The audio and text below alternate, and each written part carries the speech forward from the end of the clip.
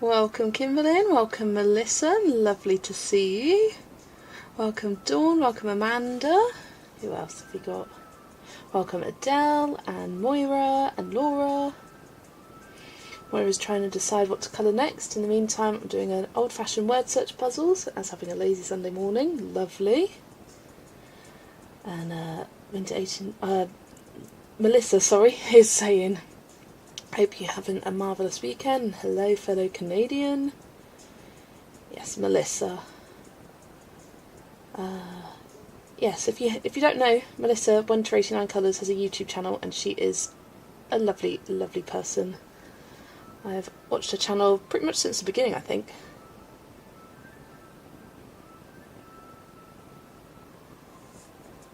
I've seen your 50 Mythical Miniatures videos and those look absolutely amazing. Yes, so Melissa was the one who hosted #Project Mythical Minis and encouraged me to finish that book last year, so that was great.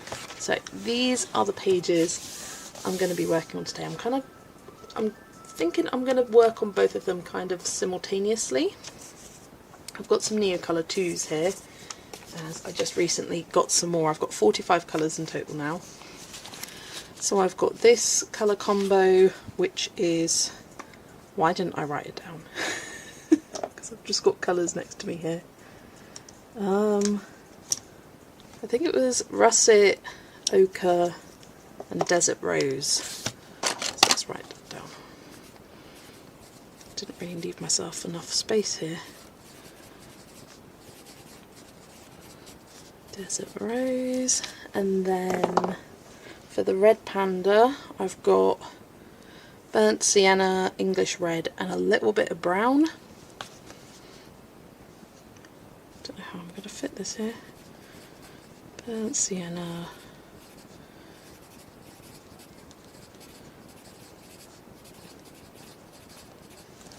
and then I got out vandyke brown and brown for the branches.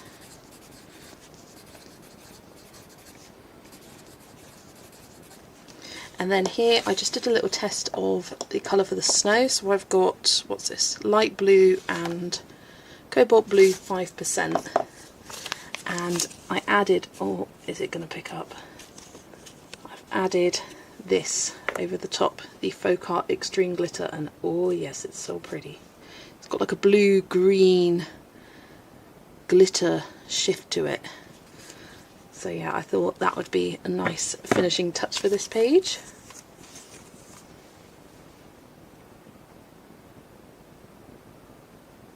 Just subscribe to your YouTube, Melissa. Love Canada. I've travelled there somewhat extensively, not counting the trips to Windsor or weekends in college. Nice.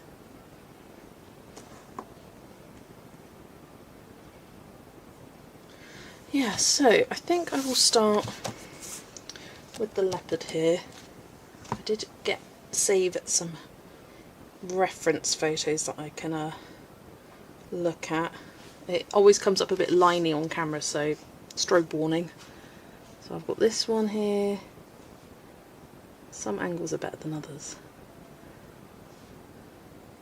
And I just thought they're so cute. Look at the face, so cute. And then some red pandas as well. So yeah, I'll have those up next to me. It's a bit of it's a challenging one to colour this. So I will see how it goes. Right, I need to grab a bit of paper here. I imagine you've travelled it more than I have. I've been to parts of BC, AB, Manitoulin, MBNS, and these are all letters. And BC is British Columbia, I think. But the rest, I don't know. I don't know. I'm not the best with my Canadian geography, or geography in general. I'm not very good with English geography either, really. I'm good with the south, but anything further up, Midlands, North, I don't know it. I'm one of those. Right, let's start with russet here. Ugh, it's like, where do I start? I don't know. I'm scared. Because so much of these pages are the creatures, or the animals I should say. It's like, you don't want to mess it up because they're the focal point. Let's make sure all tracks are visible, there we go. I might start with the light colour and map out where the lighter areas will be. It's hard getting a good reference photo as well that kind of shows you everything you want. AB is Alberta. Ah, I've heard of Alberta, and I've heard of Nova Scotia. I haven't heard of New Brunswick, so I would never have got that. PEI is Prince Edward Island. Ah, there we go. So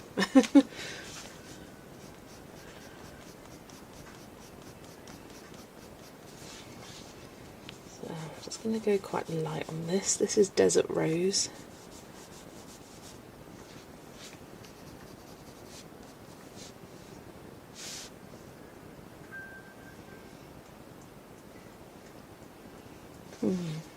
Kind of like, mainly it's sort of underbelly that's this lighter colour, so I don't think we've actually got anything else here. We've been to Vancouver, Toronto, Ottawa more than once. My brother did his internship there at the US Embassy. Montreal, Quebec City, so I guess not super extensively. The Maritimes are on my bucket list.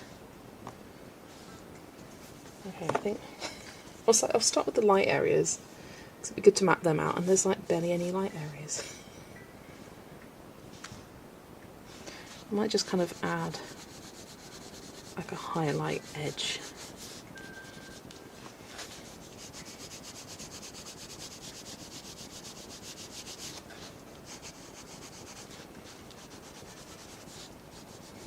Yeah, I've been really enjoying using Neocolor 2s recently. Just bought myself a whole bunch of new colours. I'll show you my swatch sheet. Ugh. So this is from Karen at My Colourful Country Life. I just added all the ones I've got. I think, yeah, I've got 45 colours now.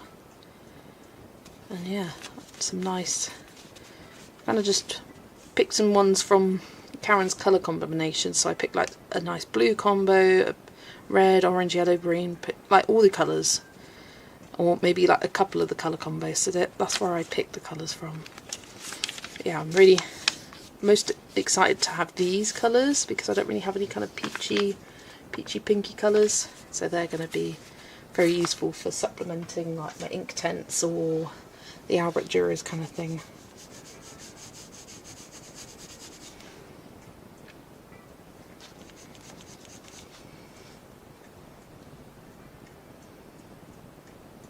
Hot take, I prefer the East Coast / Maritimes to the West Coast / Rockies. I know, cancel me. Honestly, Melissa, none of that means anything to me. So, you prefer what you prefer.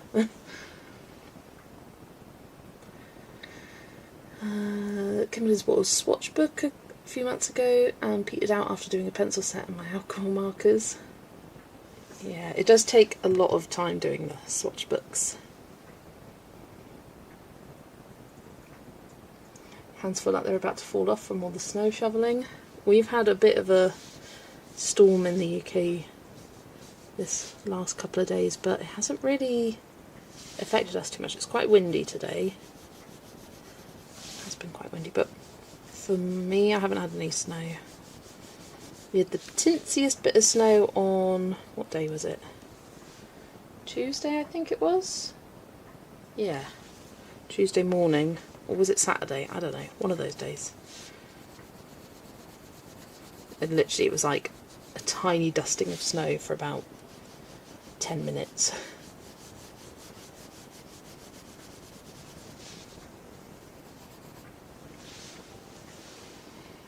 We got a dusting last night after it got to 60 degrees F, 15C on Thursday, Friday morning. Temps crashed on Friday throughout the day. Yeah, it's been bitterly cold for us here. The other morning when I was working, it was a feels like temperature of -4 and I was struggling. The trouble is with Karen, you feel freezing walking to and from your car kind of thing. But then as soon as you enter the client's house, you start sweating because it's so hot in their houses because they've got the heating whacked up. And then you go outside and you're freezing cold again. I actually killed my battery in my car. I had to get it jump started on Tuesday. Oh god. First time ever my battery's died in my car. And I was just like, what do I do? So my dad came and rescued me, jump started it, and then I went to the garage to get it checked out and it was all fine. He just said, don't sit in your car with the radio going and not the engine running, and I was like, okay, I won't. He said because of the cold that day, they'd had a lot of people coming in with dead batteries.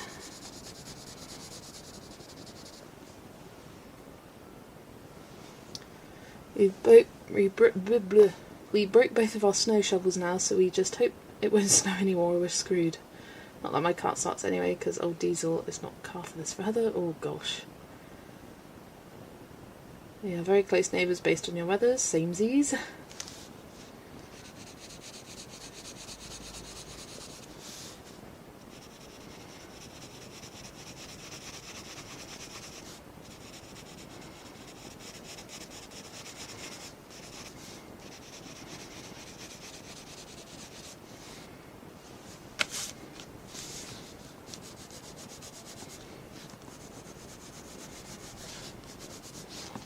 Hear the wind rattling outside.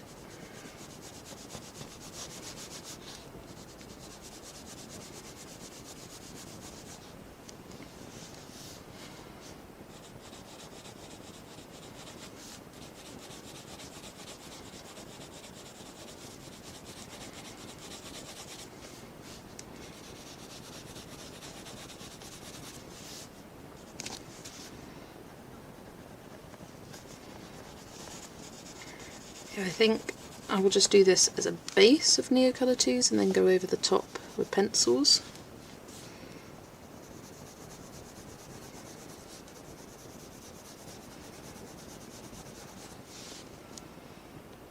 Had a bit of an issue with my order when I received my Neocolor 2s. I swatched all out the new colours a scrap bit of paper. And I got to one of the colours and it wasn't activating, and I was just like, what? Check the label, and it was a Neocolor 1. Neocolor 1 instead of a Neocolor 2.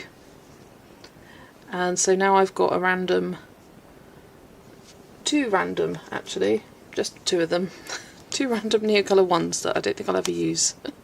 So I don't know what I'm going to do with this. Could put them on Vinted or whatever. For like, I don't know, £1 for both of them.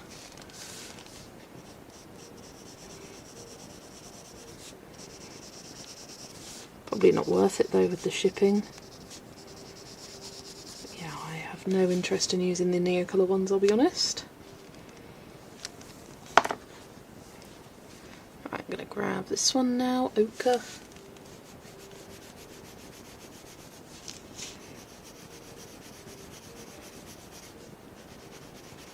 Should give us that nice golden leopard colour.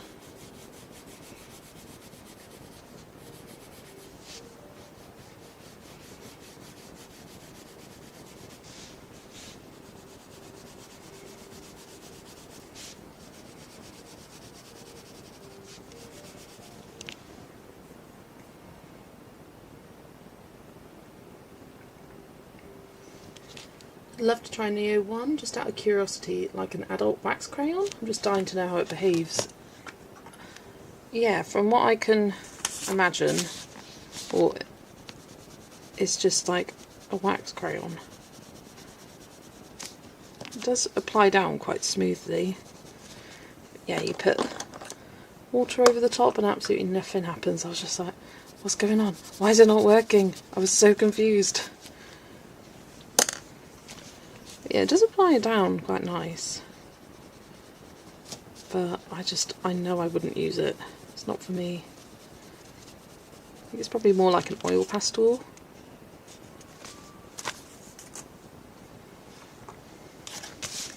Oh, I've got a mark over here. Ugh. Oh dear, kind of just smeared everywhere now. Oh, when that happens, it'll be on its way to you in a few hours. Yeah.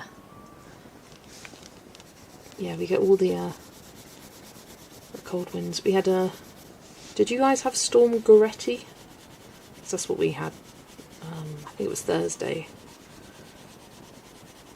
Kept saying our area like, oh, it's going to snow tonight. You're going to get 4 inches of snow, and then it ended up raining. Chucked it down with rain. I was like, I don't think we're going to get snow now.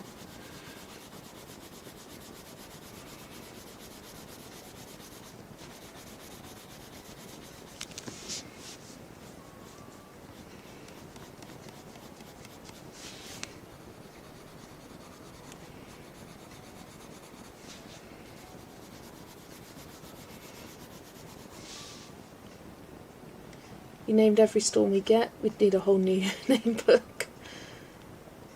Oh, I was talking to Melissa. Storm systems cross the Great Lakes / Michigan, then head eastwards onto Ontario, like usually. Ah, right, sorry. We do occasionally get like storms over from the US, America, Canada area.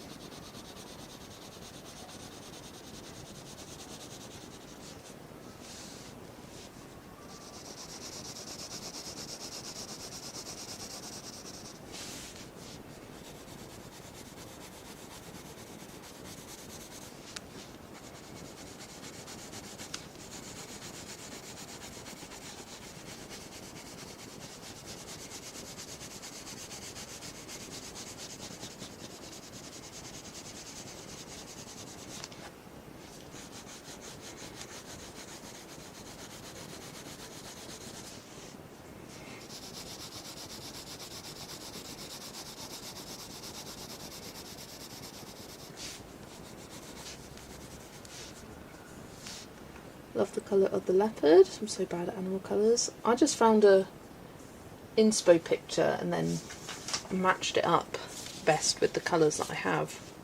That's all I did really. But yeah, this ochre colour is kind of perfect for the leopard, isn't it? and then I noticed in the pictures it's kind of like a warm orangish brown sort of on top, so that's why I added that in. My dad always used to watch the weather in Chicago instead of ours. It was way more accurate and gave precise advance warning. That's, yeah, it's quite handy, eh?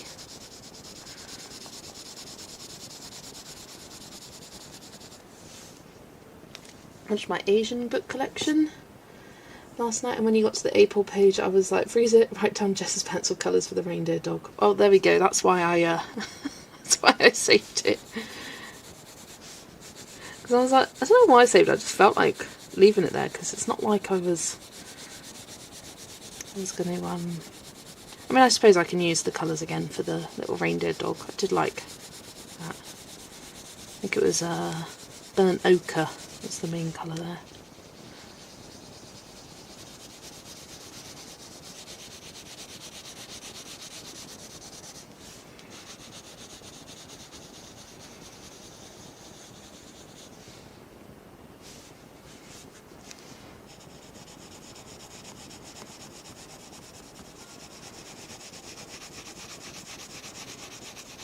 But I've almost finished filming all of my colouring book collection videos. I've got 2 more parts to film. I've got 2 parts. No, yeah, 3 parts. Huh? Yeah. I was just like losing track of my numbers. 3 parts filmed and in the bank. Oh, it's going to be. What day did I do the other one? I think Wednesday. Wednesday and Saturday. Wednesdays and Saturdays for the collection videos. That'll take us up to the end of the month. I was going to do them weekly, you know, just try and spread the love out a bit, but I just ran out of space and I wanted to record them all before I coloured any pages in the book, or tried to do that. Just so then it was a collection from up until the end of 2025. And all the pictures I'd coloured up to that point rather than 2026.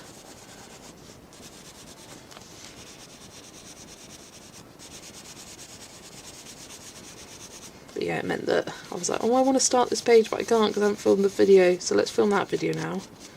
I'd be like, right, what book am I next itching to colour? Okay, let's film that video. So yeah, I've just got all the hardback books and my Disney books left to film.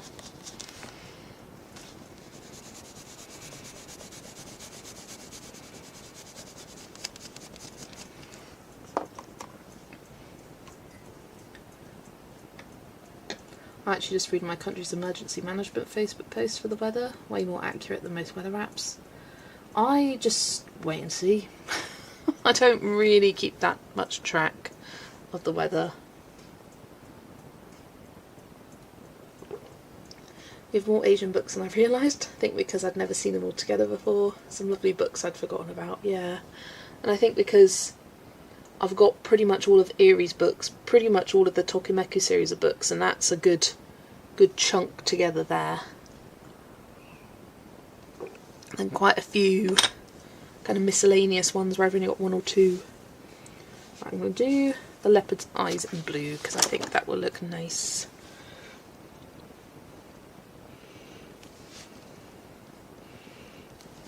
Just using the, what was that, light blue? Yeah.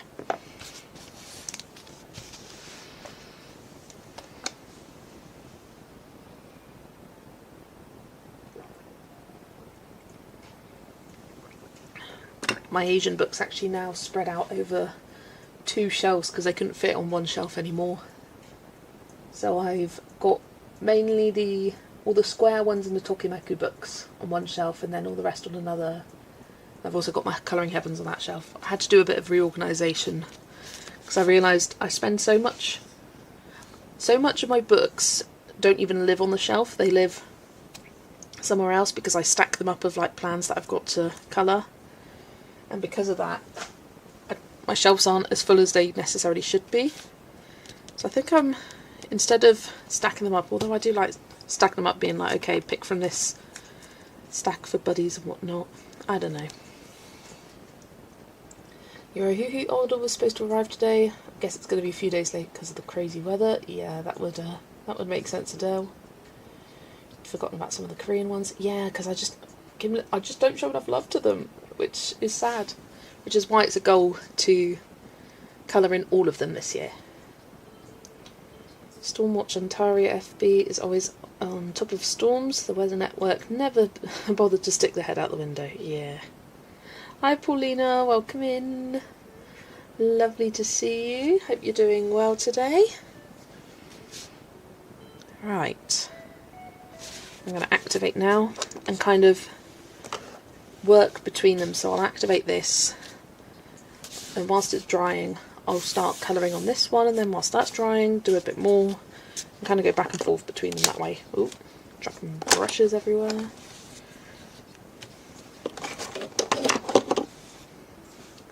My camera angle doesn't feel right today. I was fiddling with it so much before I started streaming, and I just got to the point where I was like, that'll do. You're doing great. That's good to hear. Ooh, what is everyone colouring? I haven't asked that yet. I would love to hear. Ooh, I should add a bit of brown for its nose.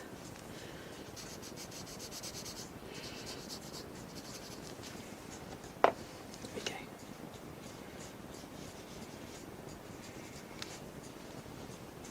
You got the 320 Honolulu alcohol marker set and the 48 Nahuku acrylic markers. Also, they said there's going to be a mystery gift. Ooh, nice. Probably because you've spent so much money with them. They're like, here, have something for free.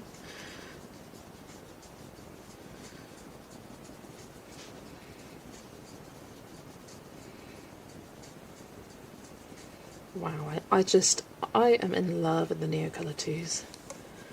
They just apply so easy. I was so scared to use them. I had 3 blues for almost, probably it was around a year. And it wasn't until I got, like, I think it was about 20 colours, because I specifically wanted some pinks and purples. So I got them plus some others. It wasn't until that point, and I used them. I was like, oh my god, I've been sleeping on these for so long. What have I been doing?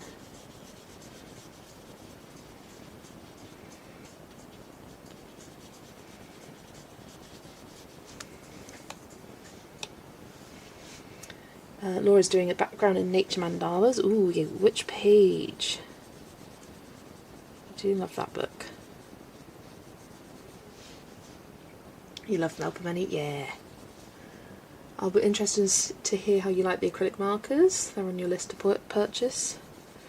I have the Guangna acrylic markers, and honestly I hate them. I get so frustrated using them because half of them are dried out, and I'm just like, why? I store them horizontally. So I know why, it's probably because I barely reach for them and use them.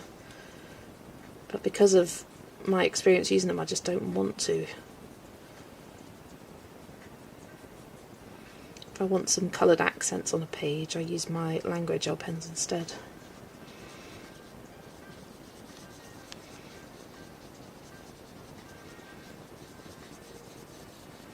So yeah, pretty much any colour your heart could desire. Currently finishing a whip in my winter book, then going on to Goddess Special of Colouring Heaven. Ooh, nice, Jasmine. That's the new one by, I think it's Mystic Art Mirrors. I had a flip through it and I was like, ooh, it's a really cool book. Mystic Art Mirrors, majority of their pages just aren't for me.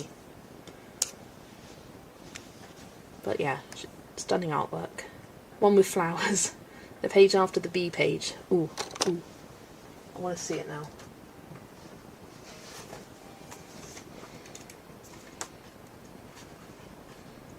Oh yeah, pretty page. And the background looks like it wouldn't be too difficult because the spaces are so tiny, like you'd get quite a smooth colour of whatever you're doing. does make it kind of easy when you've got a intricate book, the backgrounds, because the spaces are so small. Vera said she has the same problem with Grangnar, so maybe they're just poop. Yeah, I think so. I don't know.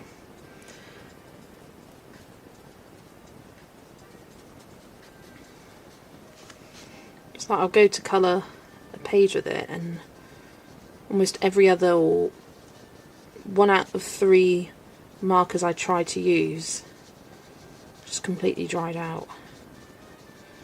It just frustrates me, and I don't want to be frustrated whilst colouring. I just want to colour. I haven't decided what to colour yet. Still sitting here staring at my collection indecisively. I've been like that a few days. I always find I struggle with what I want to colour the first few days of the month. Like at the end of the month, I've got a bunch of whips on the go, a bunch of pages I want to get finished, so I'm like, go, go, go, go, go. I think something that helps me sometimes is writing like a short list of pages for the week. Like, I want to get these done, or work on these pages kind of thing. And then it's less intimidating than the whole big list you got for the whole month. I say I do that sometimes, I don't necessarily stick to it. It's not until the last week of the month where I'm like, okay, focus time begins.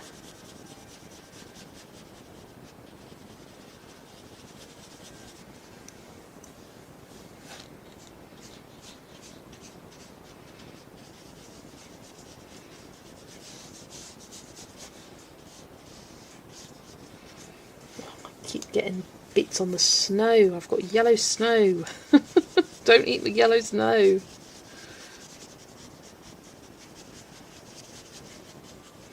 Luckily, because of all the hatching marks of this, it doesn't matter.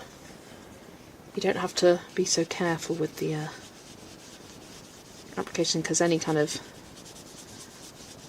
you know, when you get bits that dry and then you add some more water and it looks weird. You don't necessarily see that with all of these lines. It's quite forgiving, that's the word I'm looking for.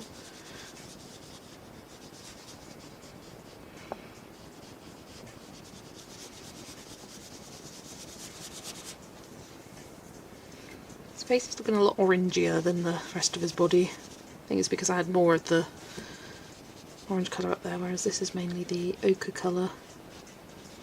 Just a little bit of orange at the top here. It's like an orange tone brown.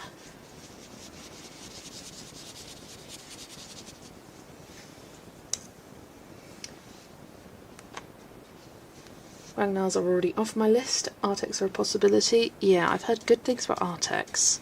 I think the thing I find the most annoying about Artex is the amount of similar products they come out with. Like the amount of acrylic markers they have.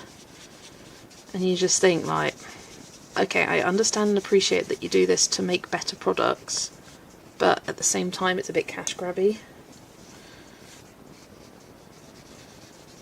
It's just creating like subtle differences between the sets, making people think, oh, this is new, I want to get it. I know they don't have to, but that's how some people view it.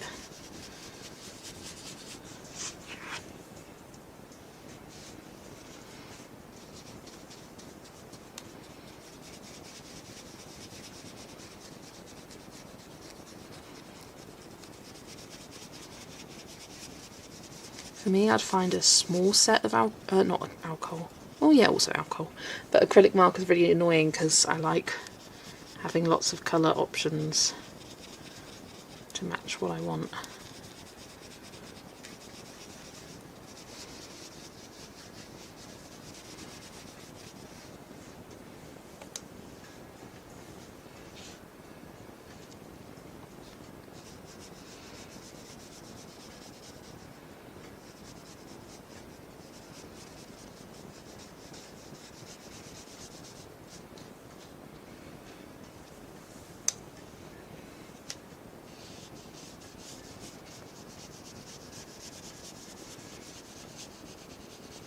This morning I coloured one of my goals for the month, which is to colour all of the like monthly pages from the Classic Fairy Tales book.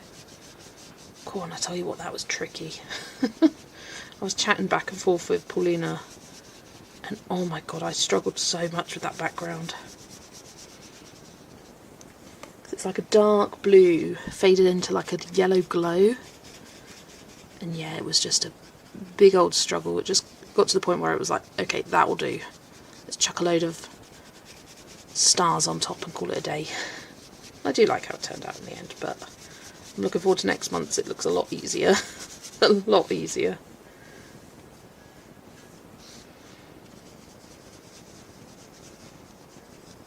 Yeah, I need to start working on some of my buddies, because I've kind of just been going with the flow of what I feel like colouring this month. I haven't got quite as many buddy colours as I usually do, and I'm really liking that freedom of just picking what I feel like colouring. Even though the buddies are what I do feel like colouring, because usually they're ones in my plans or randomizer videos. Still something nice about just looking at your collection going, I feel like colouring this one.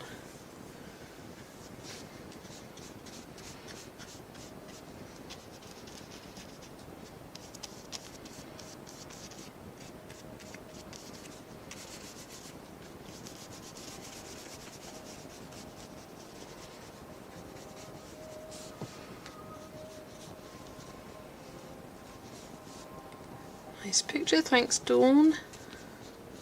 Coming together rather nicely actually.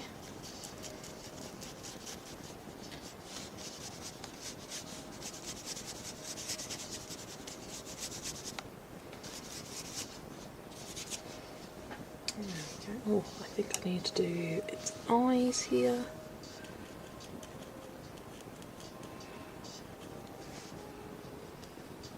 Go over the white highlights at the end to make them really pop. May even go over with a glaze pen because I like that look. Hi Catherine, welcome in.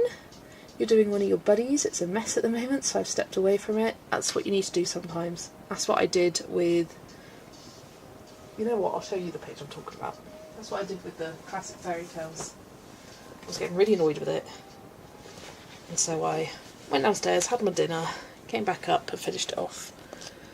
Yeah, it was really hard to do this background, and yeah, the blend between the colours, it's like, it's okay, but it's got nothing on the picture. But that would have been, that's like impossible to recreate with pencils, I'll tell you that, because it's very like faded misty, like this was digitally done. And I simplified the grass a lot by just doing it kind of grassy like. But yeah, it was really hard, but I'm really glad to see it done. February's is much easier. Look at that, just a nice plain blue background. And it's not too big because they're quite small. But then March is going to be tricky again, but not as bad. Blue and yellow are hard to blend. Yeah, but it was nice because it made me use some of my Black Widows that I never use. Like that blue was a Sabre. It was a really cool blue. Very dark. I used some charcoal green as well to blend between. I tried to work some more on my page for Vera's membership, and for now it looks like it was coloured by a 5-year-old. I'm putting all my hopes into water to make it look better when activated. Adele, you've got to believe. You've got to believe. Trust the process.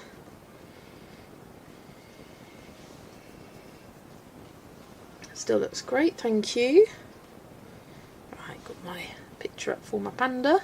This is pretty much the perfect pose, just flipped. You can see, he's so cute. In fact, I could flip the photo. Edit, flip. Oh, perfect, yes. There we go.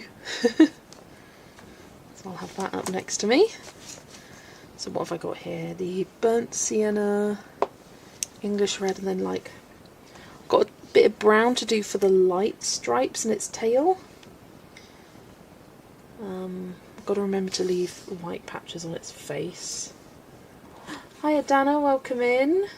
We are doing great, thank you. Enjoying colouring this. Yeah, let's start with the brown. Lighter stripes.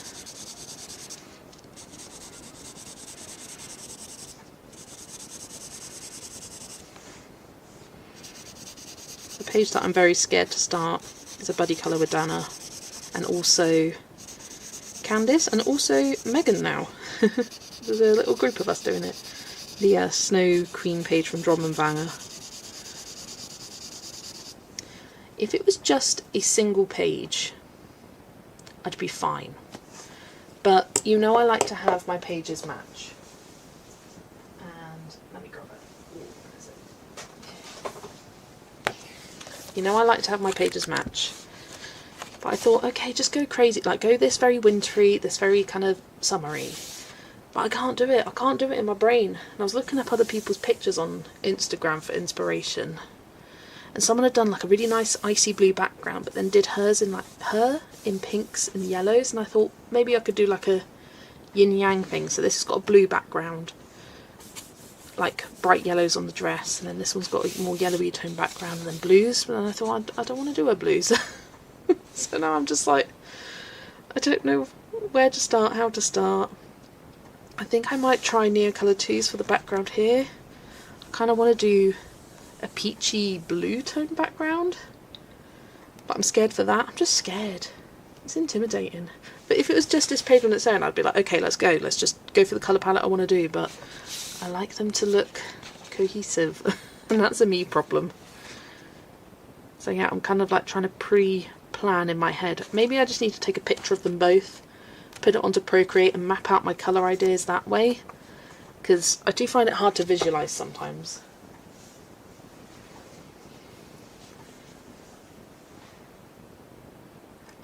Also remembered the time when someone posted their page in a Facebook group, my boyfriend says I colour like a toddler, and he advised how to make it better, and comments were all like, dump the boyfriend. Yes, Adele. Get rid of that. Get rid of him. You don't need that kind of negativity in your life. That's a great idea. What if you do the same colours but more pastel on the left and more vibrant on the right? Could do that. Yeah, I can't decide. It's hard. Making decisions is hard. And it's hard because the page is so beautiful. And the book is so special. But I'm glad I've got the buddy group to inspire me, because otherwise I would probably chicken out. Even though I don't want to. Like in the same colour family, just on the lighter end for the right and darker end. Well, lighter end for the left. Flip flop flat. Pastel on the winter side, vibrant on the summer side. Yeah, I like that. Yeah, because I definitely see, yeah, summer's more bright and then winter's more pastel. Yeah, I think I'll do some colour mock-ups with both pages on my iPad. Just play around with some ideas. Grab the burnt sienna now.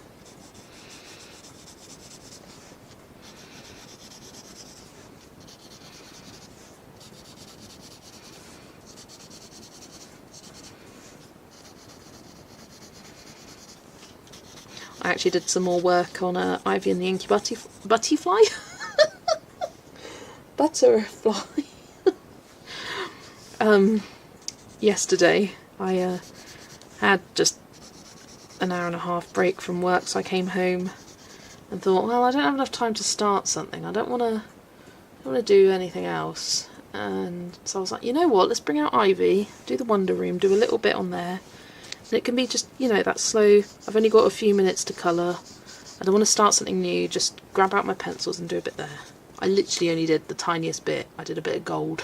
I could show you what I did. But I didn't have long to colour. Want to colour, but Kitty wants cuddles, so guess what we're doing? You colour together. Lex likes to help me colour. So I did the gold here, on the clock, on this lampshade, and on the frame there. Then I had to go back to work. So that was as much as I managed. But yeah, just I think once I've got some pencils, I think next I'm going to do green things. So like we got some leaves here. And on here, I wanted to do these frames gold, but I felt a bit scared by them, so I didn't do it at that point. But yeah, do some greens and then think of some other colour combos for that.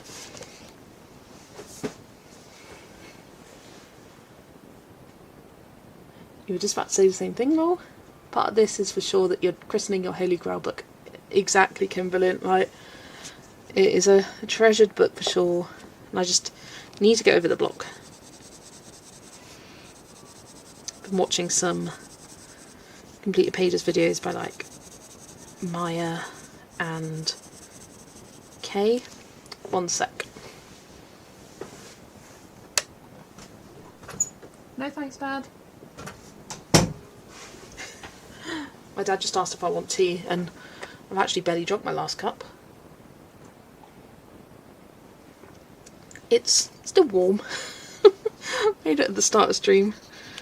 Luckily, because I like big mugs of tea, it does stay warmish for a while.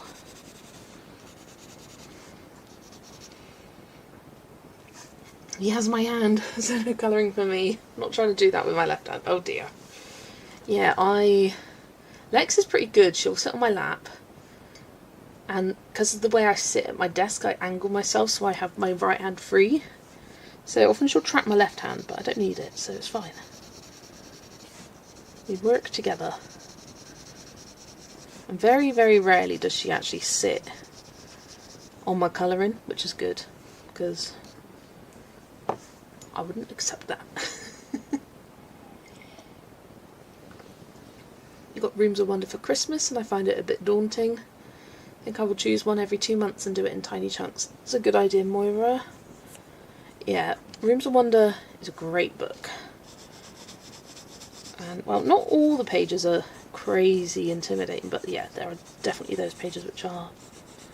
Like the origami room, the sewing room, the room with all the little objects on it. Really fun, but definitely daunting.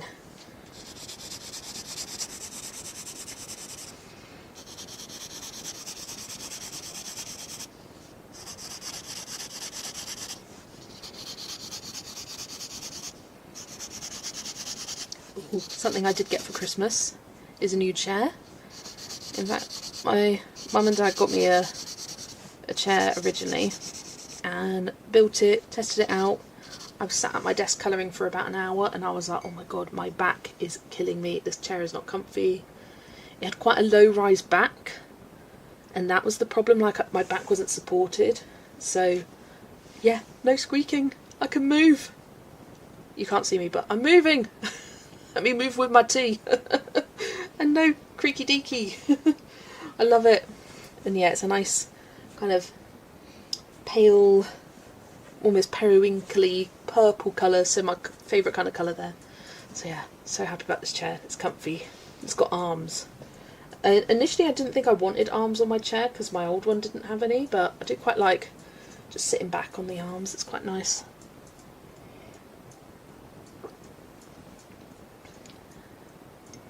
The same thing happened when I spun my Alice wheel this month. It landed on Fabiana's book and I was like, oof. Yeah, new chair. Yeah, it's the one thing I wanted for Christmas, a new chair. So yeah, got one, it wasn't good, so we returned that, and then bought another one instead. I went on Amazon and looked up reviews. A fun feature that I like that Amazon has started is it will tell you if something's been returned a lot. Like, this item is often returned, so it makes you think like, okay, I won't bother with that one.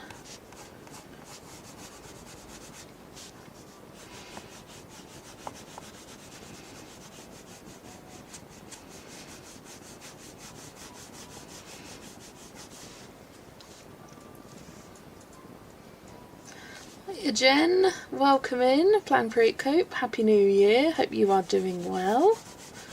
Lovely to see you.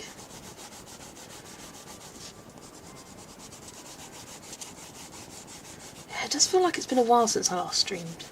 So it was New Year's Eve, so 11 days. Well, I planned to stream on my usual day, Friday, but God, I was crashed. I crashed on Friday. So I worked Thursday evening and haven't done that for a couple of months now. I've just been working the mornings, and I'm so glad I made that decision because working that evening made me realise how tired I feel at the end of the day.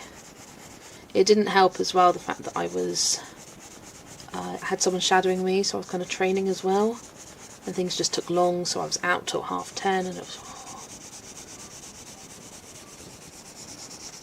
Got home, ate, and then immediately went to bed, and I just hate eating and then immediately going to sleep. It just feels weird.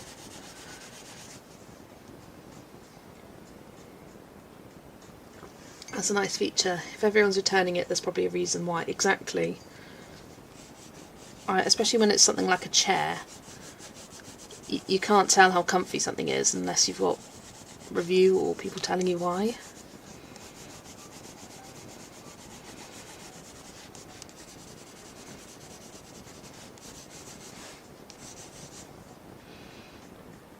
This is what happens to me. I really struggle to colour in the evening. That's why colour by numbers happen then. Yeah, and that's a great way to kind of organise your colouring day. Yeah, so Thursday I woke up, had my breakfast, went and sat at my desk, did a little bit of colouring, had my lunch, and then went to bed until tea time. And had a nap. Got my energy back, and I was just like, I do not have the energy in me to stream, so I was like, I'll do it today instead. Because I am thinking of changing my schedule, so no longer doing the Wednesday and Friday. I will keep with the Friday as an absolute definite, but then I quite enjoy streaming on a Sunday afternoon. It's just nice for me. I like it, and I don't have anything usually on a Sunday or a Monday, so it's nice in that sense that I don't have anything to make up, because I was doing Wednesday, then I'd be working Thursday morning, then streaming Friday, then I'd be working Saturday morning, and it was a bit much. But with everyone else's stream schedules, that's kind of where I fitted it in. So I think I don't want to commit to Sunday every week, because well, the last Sunday of the month will always be my members only. But yeah, just keep your eyes open for this time on a Sunday. I may be streaming, I may not. Fell yesterday on your ass, and today I'm bruised really bad. Appreciate a good cushion on a chair. This cushion isn't the plushest. It's not as plush as my last one, but I do have a cushion I can sit on. In fact, it's a heated cushion, and I love it. It's been saving me when it's been really cold recently. Hiya there, Doobie? Debbie? What should we call you, Doobie? DW24? Please let us know. Welcome in, thanks for joining. I enjoy Sundays as I'm pretty much always home. Yeah. I feel like it's a good just like chill, relax. There's nothing really to worry about. And for me, I don't have anything to do the following day, which is nice. Nice to stream on a day where I don't have anything the next day. Right, going in with, what's this? English Red now. Foo. Welcome, Foo. Lovely to see you here.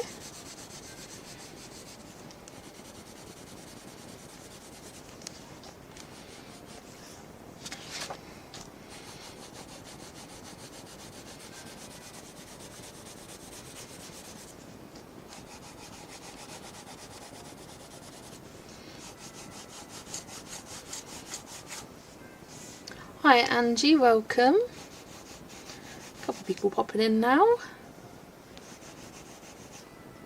I love my kids, but I do miss when Sundays actually felt like a break from other stuff. I can imagine that, Ali.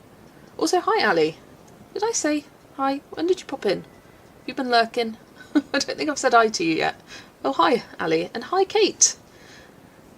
Welcome in everyone.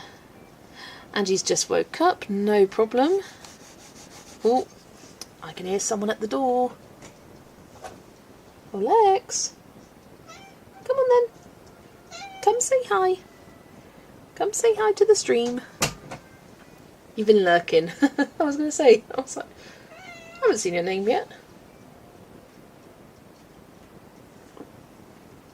Right, finish my lukewarm tea there. Come on then. Come say hello to everyone.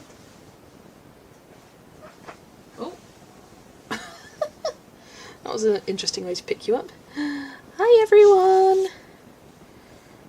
Here she is. She is talkative. She's a very, very noisy little girl. Hi Tara, welcome in. Or, as you would prefer me to say, Tara. It just feels wrong me saying that. Oh, Jen, welcome to the Queen Bumblebee tier. Thanks for joining us. Yay! Lexi says yay! Here she is. Yeah. As the tail pops in. Yeah, your tail's too ginger. It's not a good reference, actually. If you were more red, you'd be a good reference.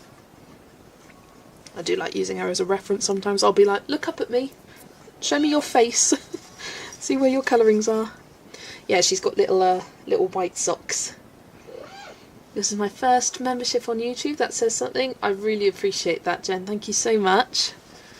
Yeah, I am currently planning the colour scheme for our next page. We are doing the Nightingale fairy tale, which is one I'm not familiar with, and I want to do some research.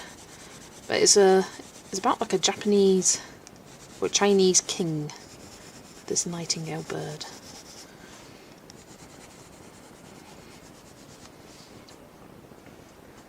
Wish I could post a pic in chat of my sleepy poof ball. If you send it to me on Instagram, I can show it. Adele. It is currently 8 AM here, so there might be Sundays I don't pop in if I manage to actually sleep long, but more than likely I'll be making most of them. Absolutely no worries, Dana. Again, it's not going to be a guarantee, but yeah, I would say most Sundays you can expect a stream rather than the Wednesdays. Dana recently became a Queen Bee too. That's amazing. I need to do another post, actually, I think.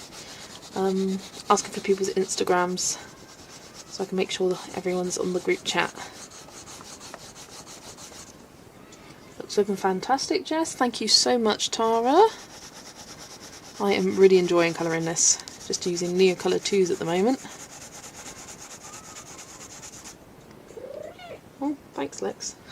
She likes it too. I feel like I haven't coloured in ages. This has been already a very... Ooh, Adele's messaged me. Let me get it up.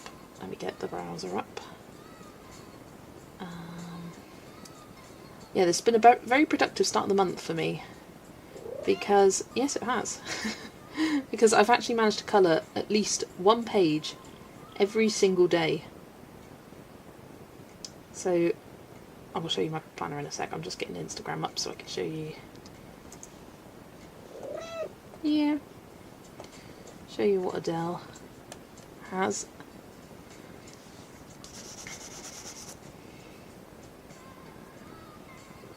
Messages, there we go.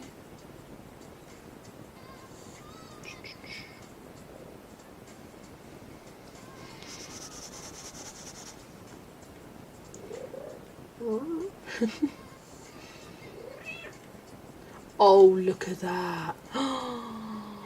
That is lovely. Fluffy. So fluffy. Yes. Look, Lex. Look at it. Can you hear her purring?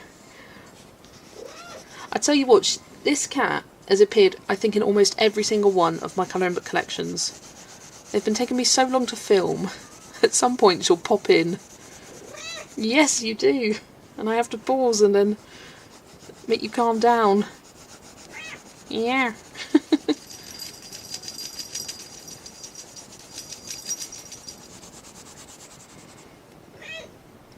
Her name is Pipiraz, by the way, meaning pepper. That is a cute name. Black Pepper. Love that.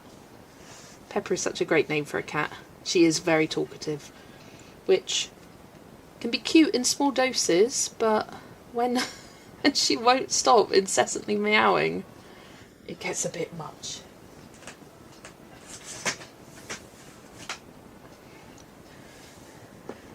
Very noisy, loud and clear. She is. Yeah, she likes to talk. That's for sure. She just likes to, she likes her attention. She likes her strokies. Yeah, it's true, isn't it? Yeah.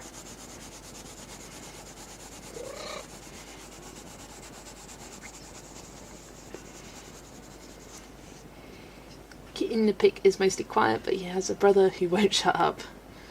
What colour am I using? So for the red panda I did burnt sienna for the outside edges, and then this is English red, and I also used a bit of brown for the lighter patches on the tail.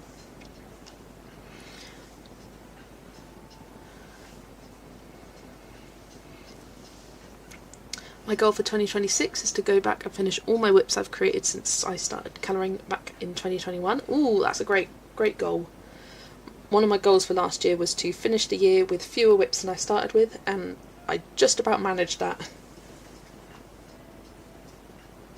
But yeah, ooh, I was going to show you my planner, because I've been using this to mark all the days, highlighting the day when I've completed a page. If I did it for a day that I colour, basically everything would be filled in. But yeah, January, I've done 11 straight days of finishing pages. Well, even more than that because of end of December as well.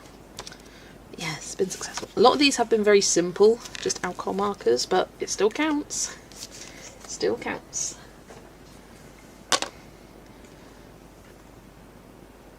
You've got a bunch of single Neos in my cart at Blick. Yeah, I just recently added a bunch of colours to my collection, so I started off with 20 and then I got 45 now.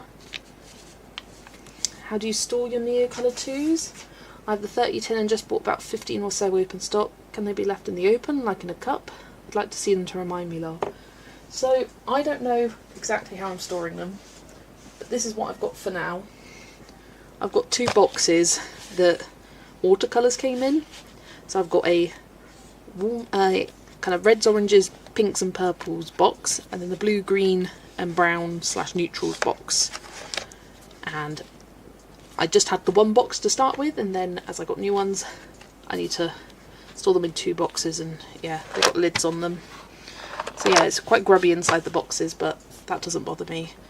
But I don't know, I think I need a better system, because this is okay, but once you pick up them, they move around a lot. I don't know. It's a work in progress. I might find another box to put them in instead. Hiya Millie, welcome in. Yes, I am streaming. It is a good morning to you, good afternoon for me. Just gone 4 o'clock here in the UK. What colour was I using? English red. Let's go.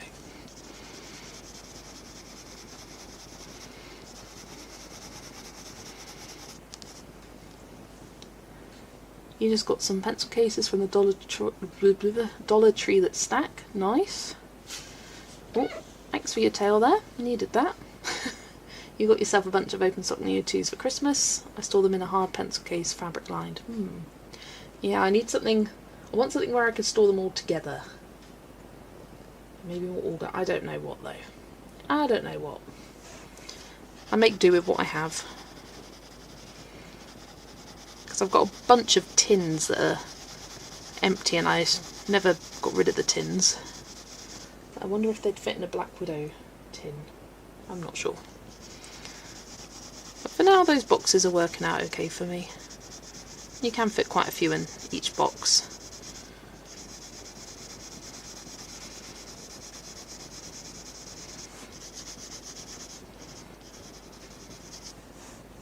Yeah, that was my kind of Christmas present to myself, getting some more Neocolor 2s.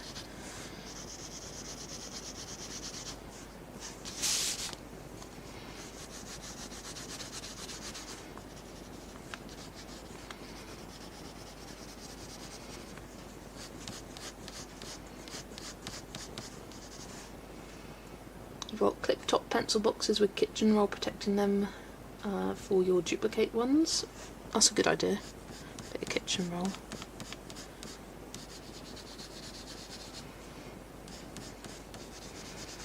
Might grab a bit of the kind of peachy colour. Where's it gone? underneath here somewhere. This one, Desert Rose. I think I might use that just to give the white areas a bit of something colour. Very, very light. So light you probably can't even see it. You've got a couple of the special edition boxes for Christmas and birthday. Nice. So yeah, are there... because I feel like I've seen... are there new Neocolor 2s? If so, has anyone ever seen any like swatches of them or anything like that?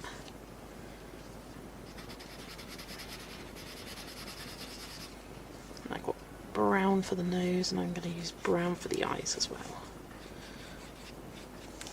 I was thinking about them both having blue eyes, but I thought that would be a bit creepy. Them both having the exact same coloured eyes, so you can have brown, he can have blue. Right. There are like 10 new colours? Ah. It's a total of 3 new colours per tin. Yeah, I probably should have looked more into that before getting these open stock, because I don't think they're open stock yet, because I've heard people complain that they're not available.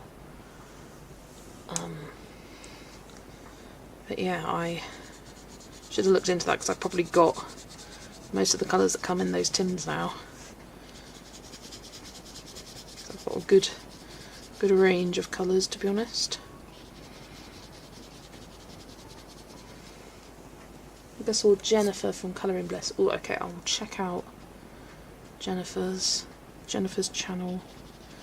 I mean, if they're not colours I would necessarily use.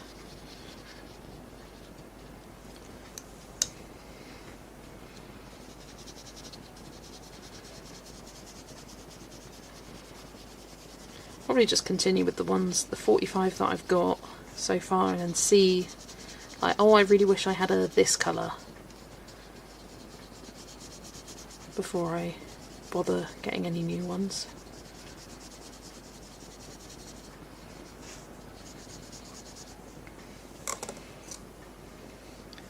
An off-brand of water-soluble crayons that I got to try to see if I like them. I keep them in a Crayola Meta tin. They make one that holds 64 crayons. Ooh, that's a good idea.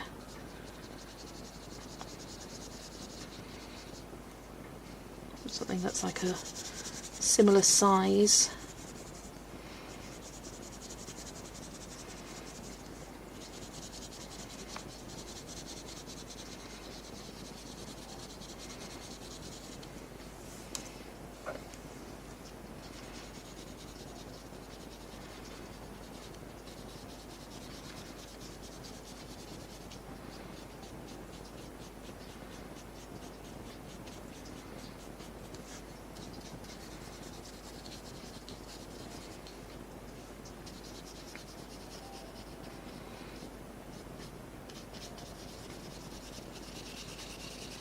Yeah, I've got all sorts of tins around my room. I've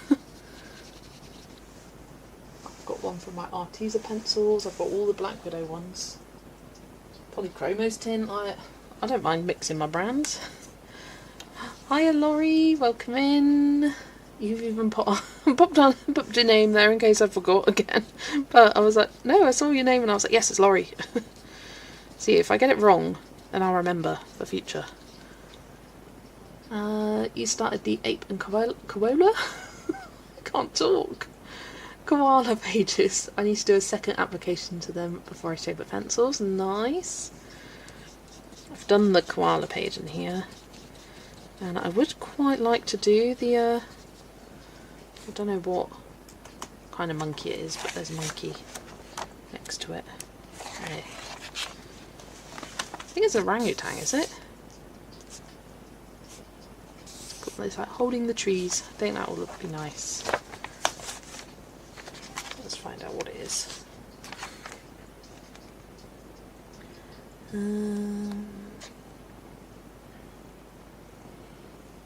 Koalas. Yeah, Tapanuli orangutans.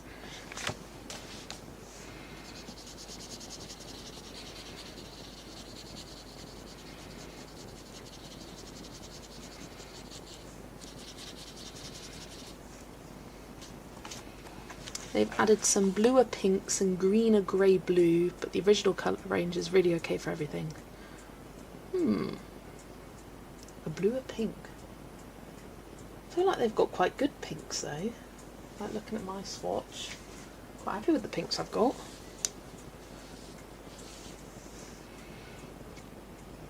One of my whips to complete in 2026. It's an orangutan. Yeah.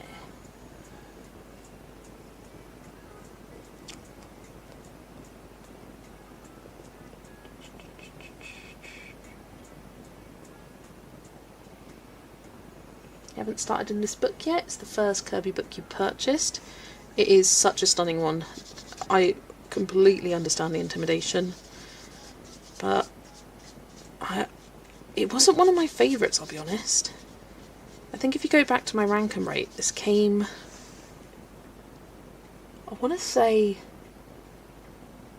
it was like 4th in my rank and rate. So it went Dark Fairy Tales, Worlds Within Worlds, Mythic World, then this, yeah, 4th, and then Mythomorphia, Colormorphia. But now I think it might be like 2nd.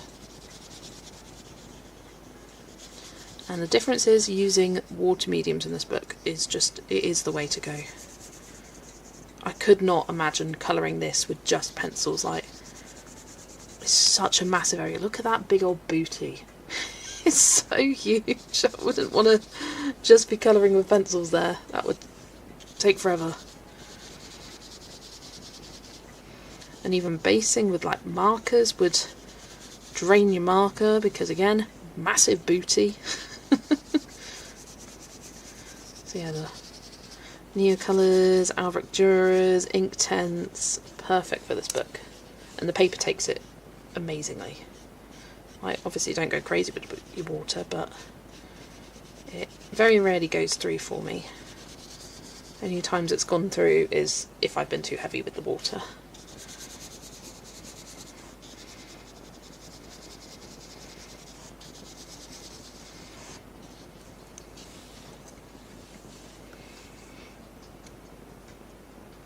You did purchase Romantic Country Tale 3. It's coming from Japan. Got it on Amazon UK for like £40. Ooh. I know Paulina is on the hunt for that.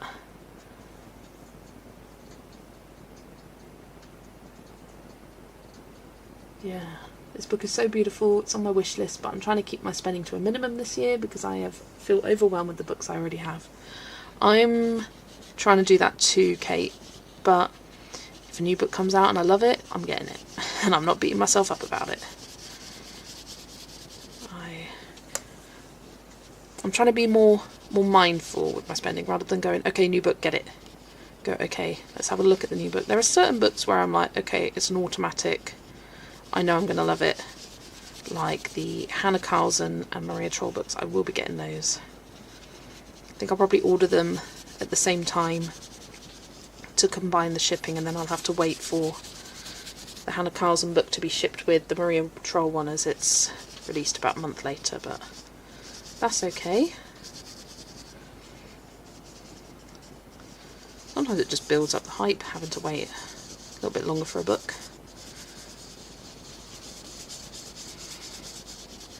Just means when I watch hauls, I always skip over those parts because I'm like, I want to see it in person by myself for the first time, like the whole way through, rather than on a screen for those books that I know I'm getting.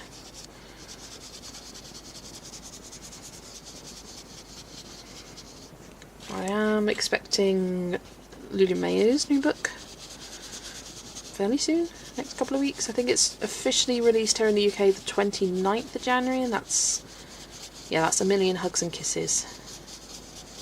But what I want to try and do is make sure I'm colouring in the books when I receive them.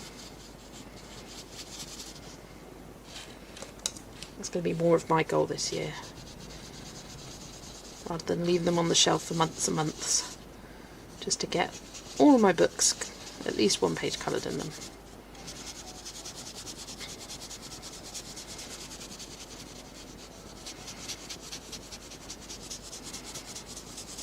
So I think because I want to focus on untouched books this year, that's why I'm not putting like working on whips as a goal.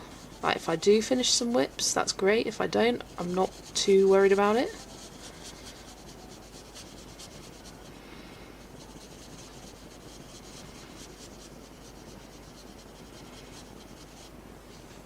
Your first page was the double page parrots. It took you days to complete. Yeah, that's a cool page, that one.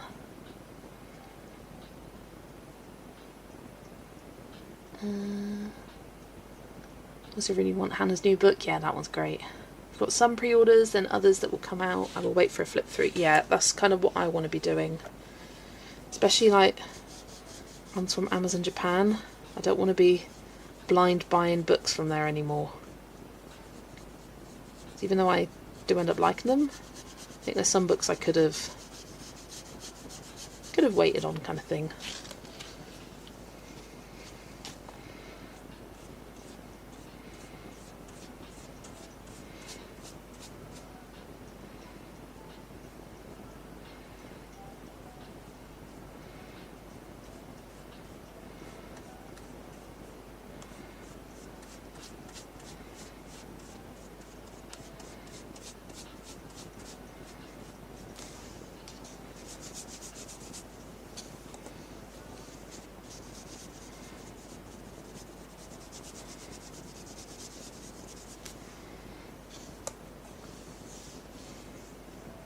Got a Hannah book yet, but there are a few on my wish list. You're expecting Karolina Kubikowski's new book tomorrow? Nice, Laura. I'm definitely looking to decrease my spending this year. Most of that is just figuring out what I can wait for to show up on Book Outlet. Yeah, that's a good idea, Millie. We got an order from last year from Book Outlet that almost made it to me. Got to the Detroit sorting centre, then USPS decided to send it to San Francisco for no reason. What? What? Why? I got you, Laurie. I really like to be surprised. Yes. Sometimes it's fun. Like, there's certain books where I'm like, okay, I know I'm going to love this. Or I see one page preview and I'm like, yep, I'm sold. And then I don't like watching flip throughs. And when it arrives, because there's just a really great joy about flipping through a book that you've never seen with your own eyes before in person. Right, it just feels good. Most of my limited hobby money this year needs to go to supplies. Do I need any more books? Nope. Am I looking at new releases and have a few on my wish list? Yeah. I think that is what it means to be a colorist. Do I need more books? No. Do I want them? Yes, I do, and I will be getting them. Nothing wrong with that.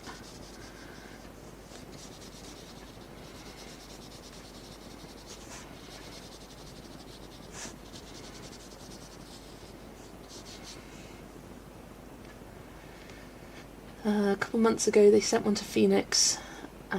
Detroit Sorting Centre does this semi-regularly, and I honestly don't know what their problem is. That is so weird. Why? Literally, why?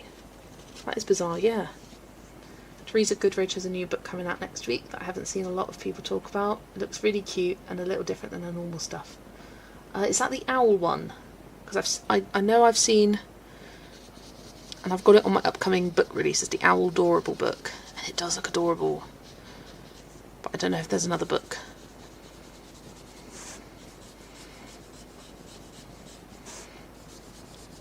But that one, the style of it from the preview images reminds me of the gnome books, but instead of them being gnomes, they're owls. And I just love it. It does look great. So I'm looking forward to seeing some flip throughs of that. Two of the books in that order are Mystic Animals and Lunar Colouring, which I got for $5 each. The package turns up lost. Book Outlet is out of stock of those, so I might just be out of luck. Oh no. Hopefully it'll turn up eventually. It always seems to just turn up randomly once you've lost hope. You've almost got to lose hope first, and then it will just be like, oh, here I am.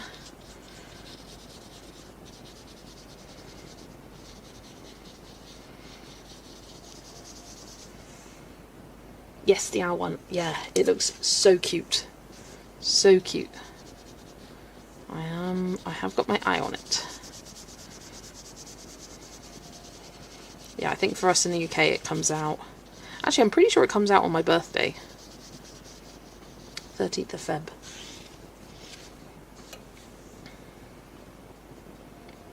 We've got the Teresa Al book on pre-order. It's due to come on January 13th. So yeah, that makes sense that it's a month behind in the UK. Quite a few of the Creative Haven books, in fact I think all of them are a month behind. And quite a few other books like Mythographics and what else, like the Lulu Mayos arrive a month later. Thinking you might do an Amazon Japan order in like May, June. I figure once a year is okay. They're definitely treats, Amazon Japan orders. I am waiting for the new Tokimeku book. And there's also another Tokimeku book. So there's an Alice in Wonderland one that's coming out on February 13th. Honestly, my birthday this year. I'm loving it. And there's another one that Paulina found by the same artist who did the Bear in the Wonderful Town book. What's the name of that artist? Oh, Waka Nakauchi. It's by that same artist, but I think it's from the Kodawari series, so the slightly thinner book. But it's travel themed, and that sounds really cool. Can't remember when that was released. I think it's like April or May, something like that. So yeah, I'm kind of waiting for a few books to be released and like watch flip throughs of them before I do my next Amazon Japan order. Still got so many books that are untouched that I'm like, yeah, I can wait. Don't want to, but I can.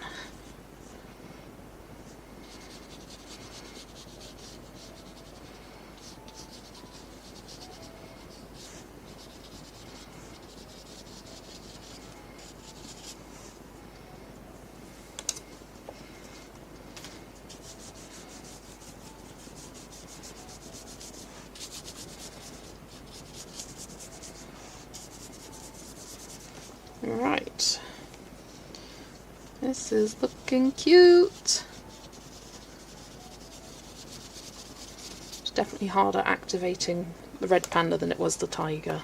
A lot less forgiving, that one. I have to tell you guys a funny. I have a magazine rack in my living room with all my colouring books. Love that. Love that, love that. It's a good way to put it, like the gnomes but owls instead of, yeah. Like they're just doing cute little scenes, cute cosy scenes. On delivery, some companies are like, you requested this delivery to pickup box, but it was full, so we chose an alternative 40 kilometres away. Please pick it up in 3 hours and 17 minutes. What? That's crazy. I just get it delivered to my house, everything. We're going to the post office tomorrow to ask them to locate the package and get it here ASAP. That's good. Love Lunar colouring, it's beautiful. Hope it shows up. Yes, it is a great book. So much more aware of what I actually colour now too, which helps. I bought a new couch and one of the delivery guys said, I like all your colouring books. I love You're just like, thank you. It's taken me months of building and years. I failed my New Year's resolution of no hospital visits without an appointment. Oh no, Angie. Hope you're all doing alright now, though. You can still get it, but it's triple the price elsewhere. Yeah, you just want a nice bargain sometimes. Right, I have been trying to catch up with your comments, but I really need the toilet. So I'm going to pop you on the Be Back Soon screen and be back in a minute.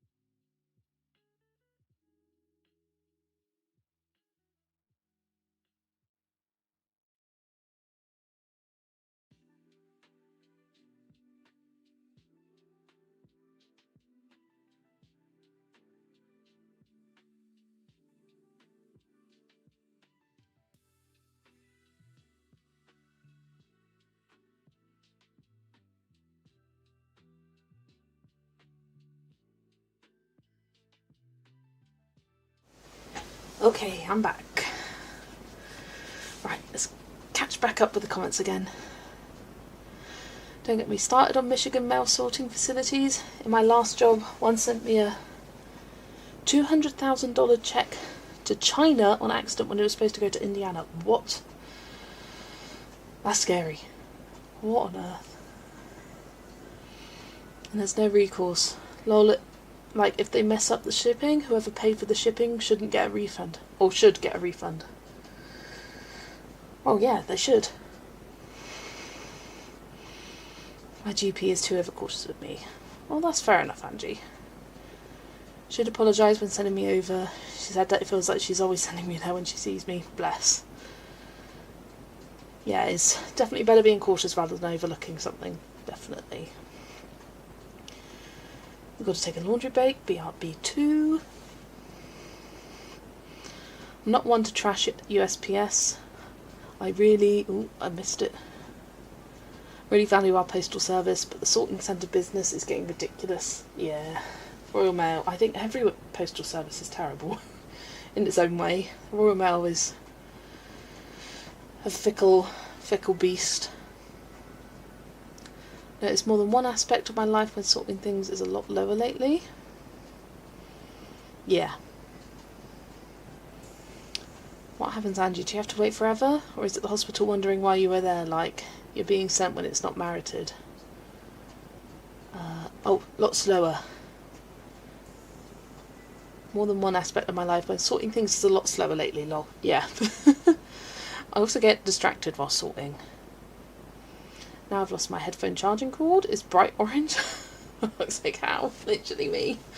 I'll be colouring and I'll be like, where is my pen?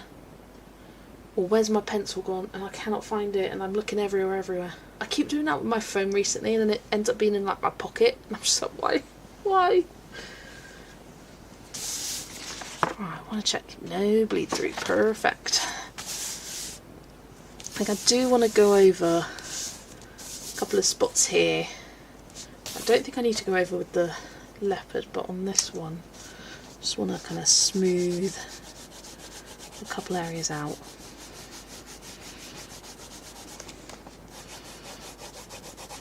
It's just a very large area to activate. I find the larger the area, the harder it is. Whereas this one, there was like lots of kind of folds and lines, it got disguised a bit more easier. The head looks good, but yeah, just bits on the body look a bit meh.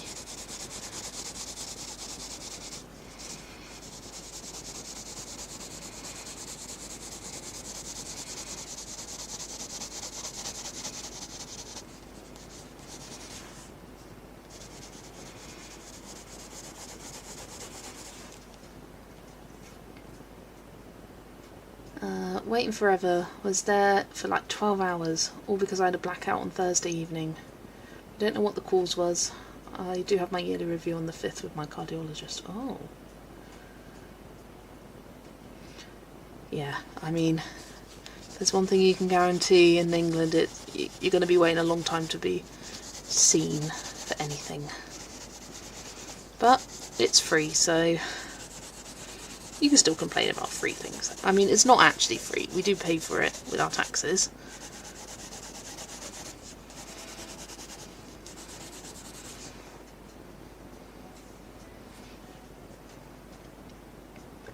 Took an alcohol marker out of my cheapy set because I needed the colour for a colour by number page. Came downstairs with it and couldn't find it for days. It was in the dish drainer next to the sink. What was it doing there? Or, I don't know if you guys remember, but when... I can't remember what page I was doing, but I was doing a page on Live and I lost a marker. It was BR3. Couldn't find it. And I was losing my mind that I couldn't find it because I knew I had it somewhere. And the next day, Mum walks past my room, goes to the room next door, and I was like, Jess, why is there a pen on the floor? And I was like, is that BR3? I found it. It's there. I thought I'd lost it forever.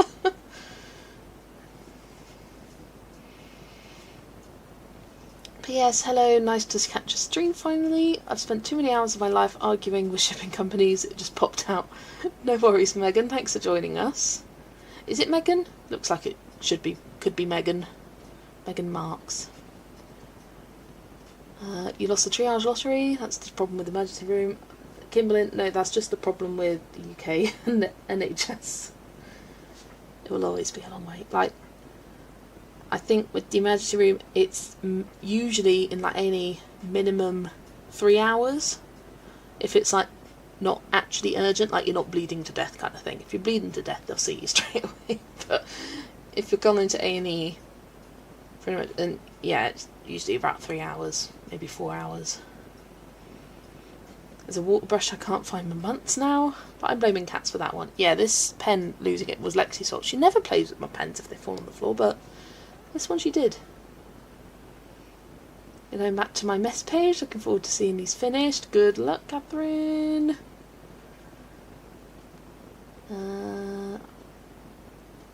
Even one of the nurses I was talking to blamed how bad the NHS Scotland is under the SNP. Yeah.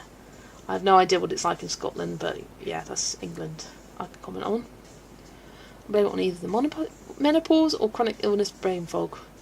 Yeah, blame it on both. Blame it on both, Kimberlyn. I work in a GP office and it amazes me how many patients act like I work for them. Like them complaining about the wait time for a specialist will change something. Oh, literally. You're just the messenger. Literally just the messenger. You don't make the rules, you follow them. Please just follow them as well. It's like when I worked at places and they'd be like, why is this so expensive? And it's like, I don't think you complaining is going to make me change the pricing system. I just press a button here. Get weird looks at the ER because I always take something to do preparing for a long wait, like crocheting or colouring. That's cute. I have never, and I don't think I would ever colour in public. I'm a bit too insecure.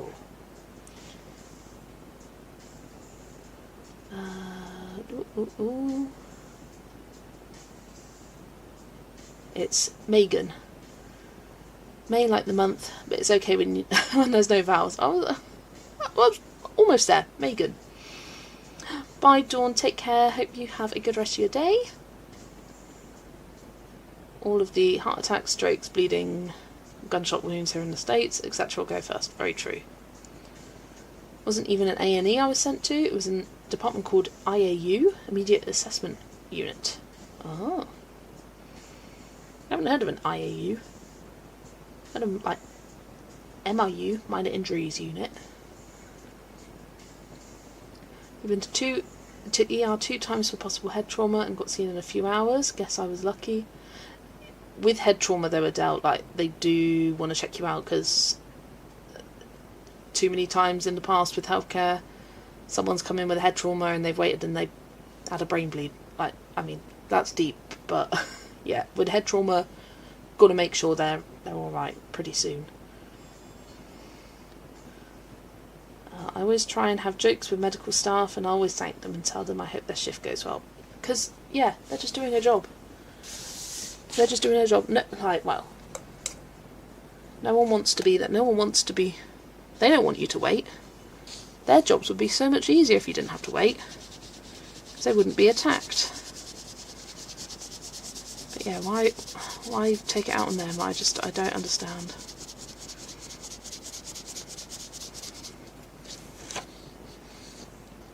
Hiya Amy, welcome in. I was priority 3 out of 4 because I didn't black out. Head trauma without losing consciousness is priority 2. Ah.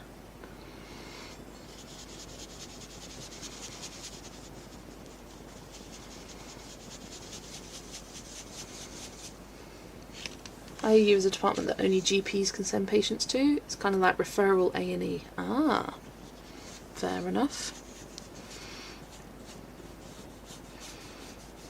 I don't know if we even have that in I was about to say the UK, you are the UK. I don't know if we have that in England. Or if that's just a Scottish thing. Because my mum is a receptionist at a GP. And if they need, like, if the doctors think they need to go to hospital, they'll call for an ambulance. And wait for the ambulance there. As someone who works for the healthcare system, how do patients not understand that I really want to be able to give them everything they need to get well immediately if there was anything, literally. Like, how much nicer would your job be if everyone could be seen immediately, there were no issues, everything was well? Like, come on. And priority 4 is basically, why are you even here and not with your family doctor?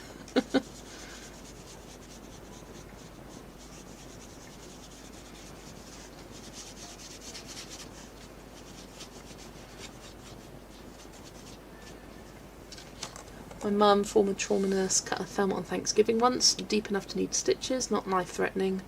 We knew ER would be terrible on a holiday with other clinics closed. She called her colleagues working that day in the trauma unit and they stitched her up. I mean, you gotta take the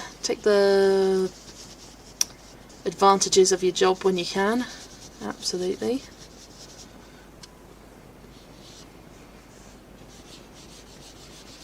As my mum's a receptionist at a GP, if I can't get through to book an appointment, it's not so much an issue now because they use an online system.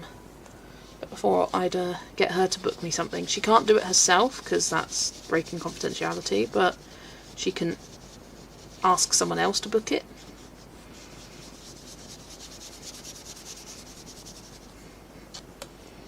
Or she would call like the emergency hotline that she's got the number for and pretty much gets straight through.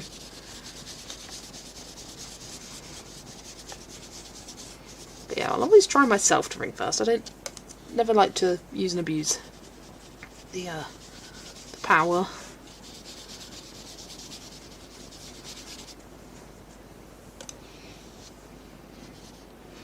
I can hear Alexi at the door again. Yeah. Come on then. Alex. Come on.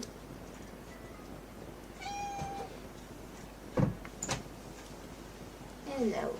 She's back. She's back, everyone.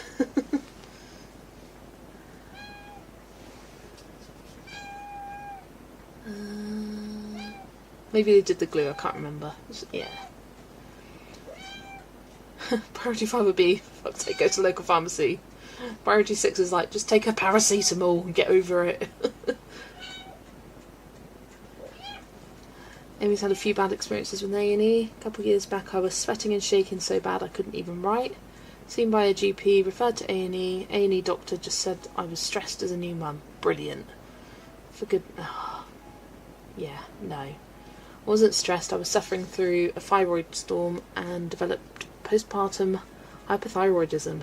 And the fact that it can take so long to advocate for yourself, and not everyone has that kind of will about them to advocate, and doctors do have a tendency to dismiss women at times. Not saying all doctors do, but some do.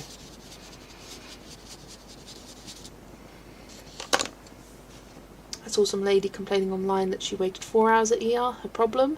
She cut her finger, not like cut it off or anything, just a regular cut. Like, any emergency doctor could sort it out for you, possibly even a pharmacist. I mean, just put a plaster on it. Wrap it up. My GP surgery had online bookings until COVID. Yeah, mine has just recently changed within the last kind of year, where, what's it called? E-consult, where you have to answer a bunch of questions. So many of them are not even relevant.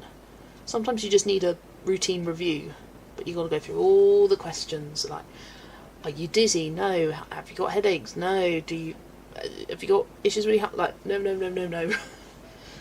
But it's kind of like a triage system, so you answer these questions and they book you the appointment, they send you a text, and then if the time works you're good, but if it doesn't work for you then you've got to ring back and ask for them to change it. Yeah. Fortunately, my regular GP sought further testing, which is how we found out. Well, at least the GP was on it, Amy. Lexi's back. She always sounds like a kitten. She's very small, Kimberlyn. She's 3 kilos. She's always been a very petite cat. Just not too interested by food. And then we have the problem of women being knocked off by doctors. Women and people of colour, yeah. One of the many reasons I prefer seeing women doctors, yeah. Often they are a bit more investigative. I don't know if that's even a word or if I've pronounced that right, but they investigate a bit more and they like actually try and get to the root cause. I have fibromyalgia and lupus. It took forever here in the US to get diagnosed. Yeah, those things do. Endometriosis is another one where people are just, oh, you just got bad periods. No, like they feel like they're dying. They are terrible. That's what the minor injuries unit is for. Literally, yeah. I hate that my primary basically just checks my lab work now, and anything else is see a specialist. They give almost matching tails, yeah. Just hers is more orange. Oh, come on. More orange, more red. But both stripy. Yeah, you stripy girl. It was also when I was like 5 weeks postpartum. I was experiencing a lot of chest pain to the point my husband called an ambulance.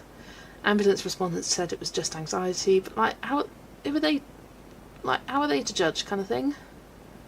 A couple of weeks later it happened again. This time I told the ambulance it definitely wasn't anxiety. Lexi and the panda, yeah. I've got Ehlers-Danlos syndrome and Hashimoto's, same. Takes forever to get diagnosis. Also lucky to have private health insurance, so I can go to a paid emergency care centre for less urgent things. But with head trauma, they said we don't do it here, go to ER. Took me to A&E at 10 PM. I was finally seen at 10 AM the following morning. Crikey. Turns out it was my gallbladder, and had it removed like 48 hours later. Flipping out. I had endometriosis before my hysterectomy. They have tied endometriosis to fibromyalgia as well. Oh, I didn't know that. Interesting. Right, I'm going to come back to my leopard here and do the branches. So it's starting with vandyke brown.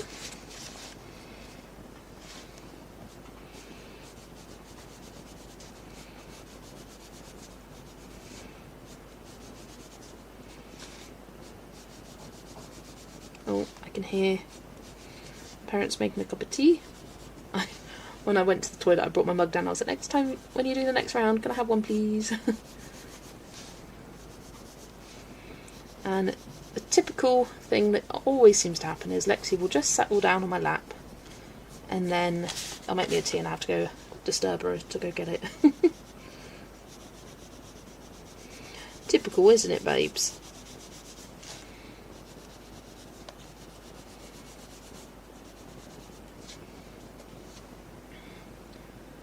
I had chest pains and it was anxiety plus heartburn, but at least they did an EKG and blood test to rule out any heart problems, as they should instead of going to anxiety right away. Definitely, Adele.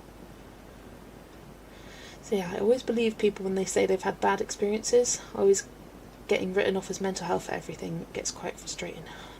Yeah, especially when it keeps happening and like, as someone who has mental health struggles, like, it feels very different to physical pain. It really does. It's a different kind of pain, kind of thing. But if it keeps happening, then yeah.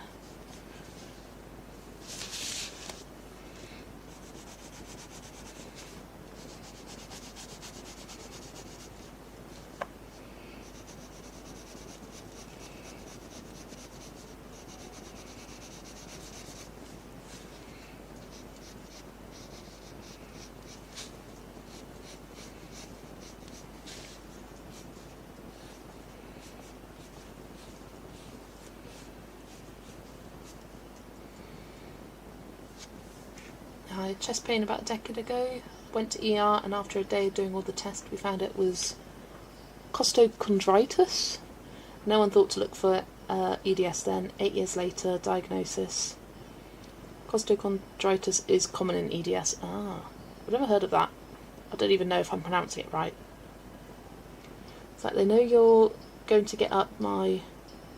Sorry. It's like they know you're going to get up. My mocha gets settled just as I was ready to get up from the recliner. Yeah. It's like, you know I'm about to leave and do something. Why now? Or they'll be like fussing for ages and they'll just settle down and it's, oh well, I've got to get up now. It's very sad, isn't it, Lex?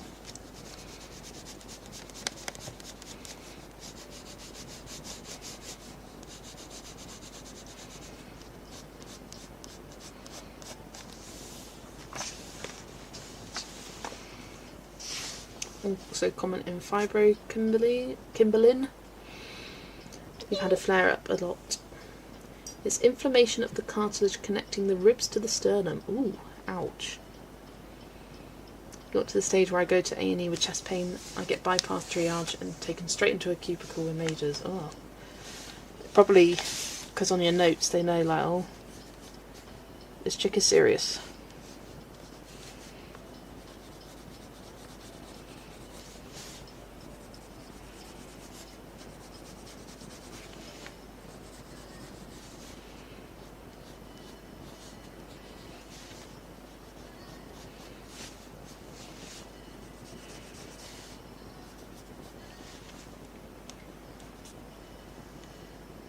Because of your notes, yeah. You're glad you have a good GP, and most of the doctors I've seen have been quite attentive, except for a gynecologist who offered me a treatment plan that was, have a baby and it will get better. Thanks! Oh no. I will never forget having an argument with a 17-year-old boy when I worked at McDonald's, who was telling me why being on the pill was terrible, it makes you depressed, it causes loads of problems, and I was like, I think I'm going to listen to my doctor rather than you, a 17-year-old boy. And at this point I think I was 22 or 23, like quite a bit older than him as well, so I was just like, who are you to tell me what to do?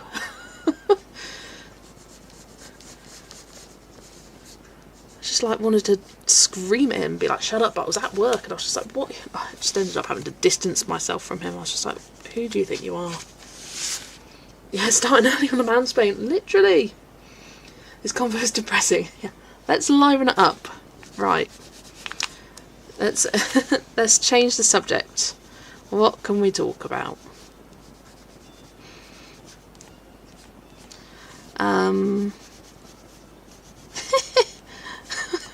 I can't think of another subject. It's been fun. Have a great day, night. Anyway, bye-bye. Bye, Melissa. Have a good rest of your day. For me, we're approaching evening. It is almost 5 o'clock. Cats is always a good subject. Yeah. He must have grown up in a house full of females. Wow. I have no idea. Oh yeah, the new Animal Crossing update. I did play a little bit of it when they first announced that there was going to be a new update, and yeah, I don't think I'll be playing it. I'm excited to see all the new content from some of my favourite creators. I've been enjoying watching Lil Simsy do her Animal Crossing series. If you are into your Sims YouTube, you will definitely have heard of her.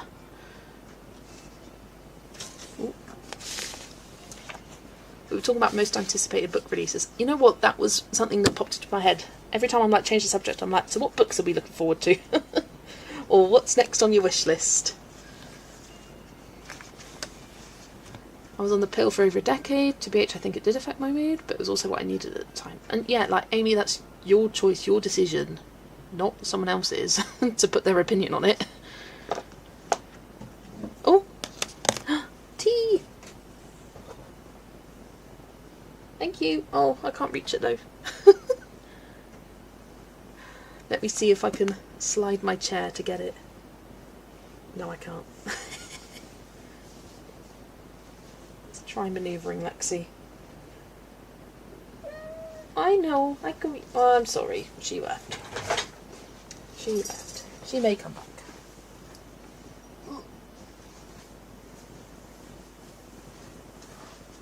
There we go. Sometimes I can kind of pick Lexi up in my blanket that's on my lap, like a little hammock, and transfer her onto the seat. Sometimes it works. At the time she immediately runs.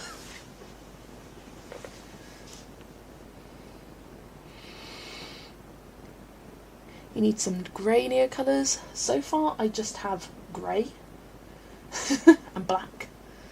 But yeah, I thought greys are something that I probably won't use all that often. So I won't bother getting any greys. Or many greys to start with at least. No, what's that?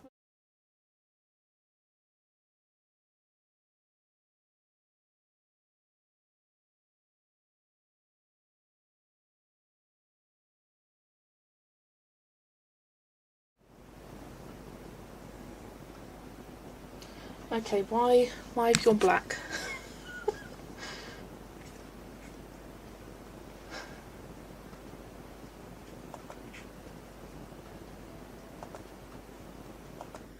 Okay, we're back. I just went to check my my music because I was like, it doesn't sound like it's playing, and then the screen went blank. And then I accidentally put on the wrong camera. I need to get rid of the main cam one because I don't use it anymore. I was like, what? Yeah, what? No, what happened? Literally, I pressed the space bar and it must have transitioned to the Be Back Soon screen, and I was like, no. Right. Did we offend the cat? No, I offended the cat, Millie. I offended the cat by moving to get my cup of tea. I've heard of her husband is English, I believe. Yes, Angie. He's they had been together for a while, and then they had like loads of visa issues with COVID. It took ages for him to get here, and they were on that visa that they've got to marry within 90 days for him to gain citizenship. Oh, nice tea. Talking about animals, I saw a video of someone spinning Angora thread straight from the rabbit, and it's so adorable, I just can't. Oh, so cute. Little buddy just sat there all chill, like, sir, are you aware you're being turned into yarn? Bless it. I have nothing left. I stand Rachel from Friends statement. No uterus, no opinion. Absolutely. Absolutely. Adele, I read that as yam and was very confused for a moment. Oh dear. Kimberly's looking at Leon's Journey, Tokameku Alice, Flower Fantasy, Maria Trolls, new book, and Mythographic Alice. Yes. Yes to all of those, although I've already got Leon's Journey. But yes. All of those. Just down. No, it wasn't Lexi. It was my computer just... It froze, and I pressed the space bar, and it flipped the... flipped onto the back Zoom screen, I think, and then, yeah, it just did something stupid.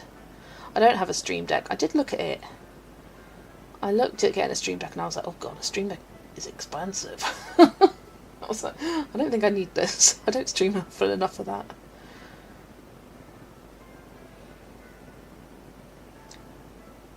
Thought I've had Steam Deck. Oh, you've put I do, yeah. No, Stream Deck, like, it's like a little keypad thing. I did look at it. Miss Zoe, is she okay? May just be my algorithm, but I haven't seen her lately. She hasn't been colouring recently, but I think she's coming back soon. She has been, took a bit of a break. You're Colouring in Dreamland by Renata Krash. Oh, it's these Polish name. I think it's Krawczyk. Krawczyk. That feels right, because if it's Shevchik, that's probably pronounced chick in it. Krawczyk. I would like to get the Dragon Mythographic book. Yeah, that one's a great book. It's very, very good. Definitely recommend Dragon Spell. You want Sarah Shevchik's spooky books, but waiting for a sale or at least free shipping for now. I need to colour in that second book. Yeah, Polish. Polish. Is that what I said? I don't think it was. I don't know what I said. Getting confused. Right. I'm going to do the trees on this side as well.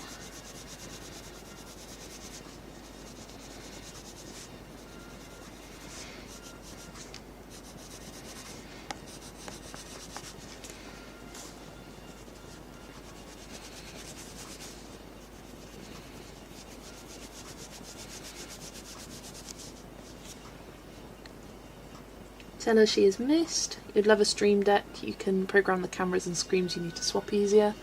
Yeah, I thought about asking it for like my birthday potentially. But yeah, it's just very expensive for what it is. But yeah, it's a good little gift, good present, and then I would use it.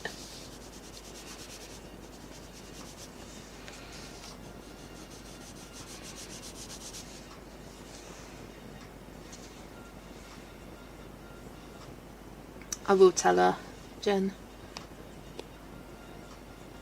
I had one of my kitties decide to walk in front of the TV and step on the surge protector button, which turned off the TV right after I made him get up from my lap. Now that was spiteful. You just know that was spiteful.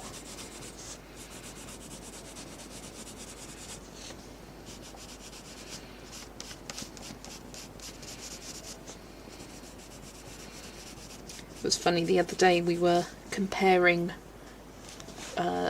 desk setups and like the sort of filming setups in the Tubeathon group, which reminds me, if you haven't seen the 24-hour live stream Colouring for Cancer charity Tubeathon that Joe at Piggy Pens is organising, I am a part of it and I am so excited. Mark the 1st of February on your calendars, it's going to be a day of colouring. I've already pre-warned my mum that I'm going to be potentially up early. Try and get up like nice and early and support as many creators as I can. We'll be streaming.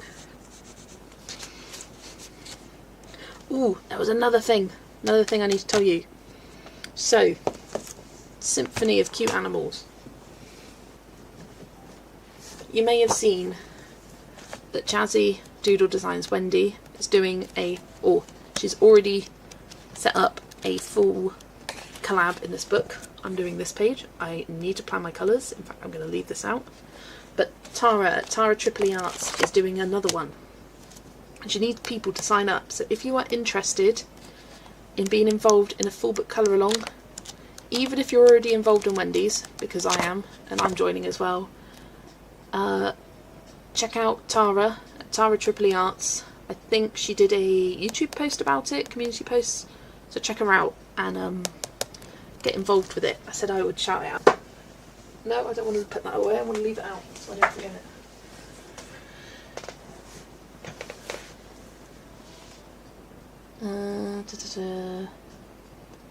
Start on January 31st for us here in the States.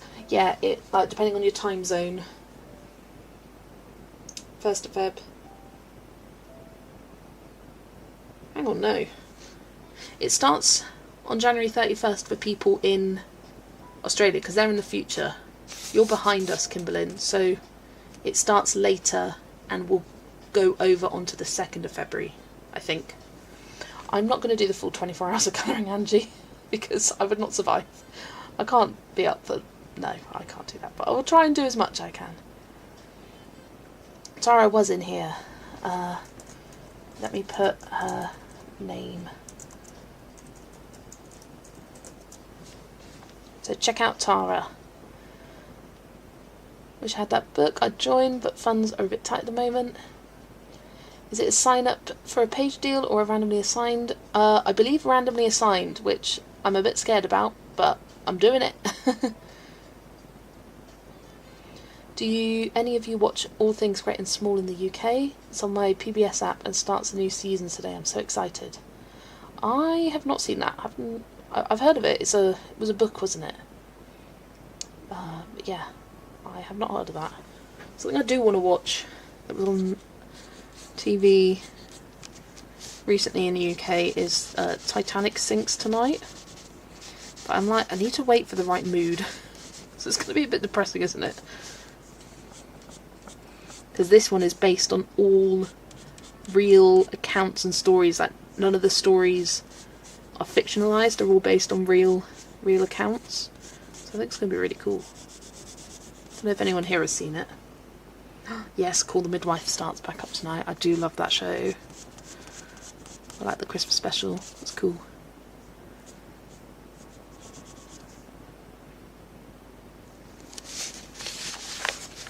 Casualty started last night? Yeah.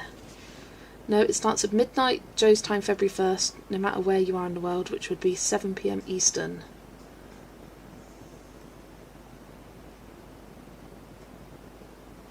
I need to... I get really confused. In CST, let's go for. CST is London time converter.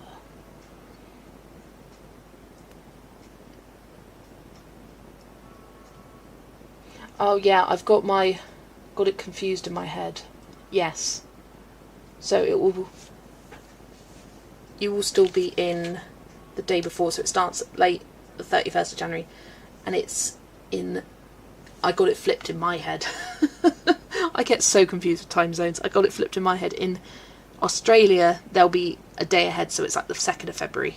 There we go.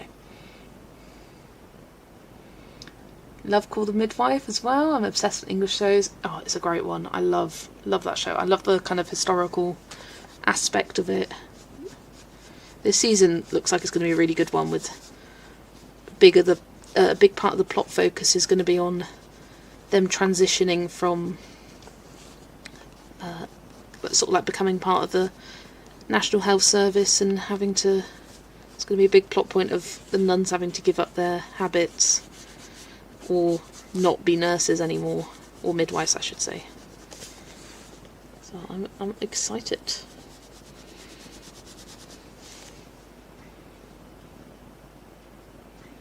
All the times are G and T, I think, no matter where the streamer is, because they'll have to be in sequence.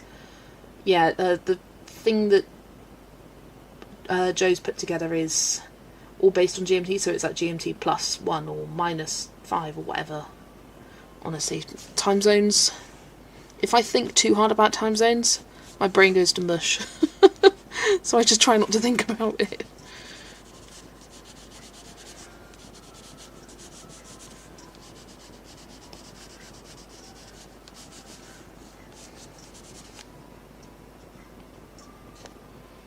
I'll probably be busy on February 1st, might catch a stream or two. But yeah, as much as you can, that's absolutely fine.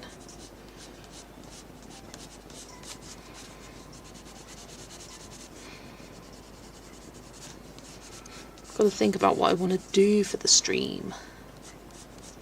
I have no idea what page that I'm going to be colouring on that yet.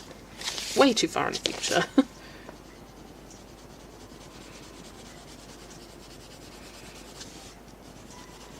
I'm thinking like an alcohol marker page, something I could potentially finish during the stream. Maybe like a matchstick mouse. I don't know. Because we only have 80 minutes for me, so it's about half the time I usually stream for.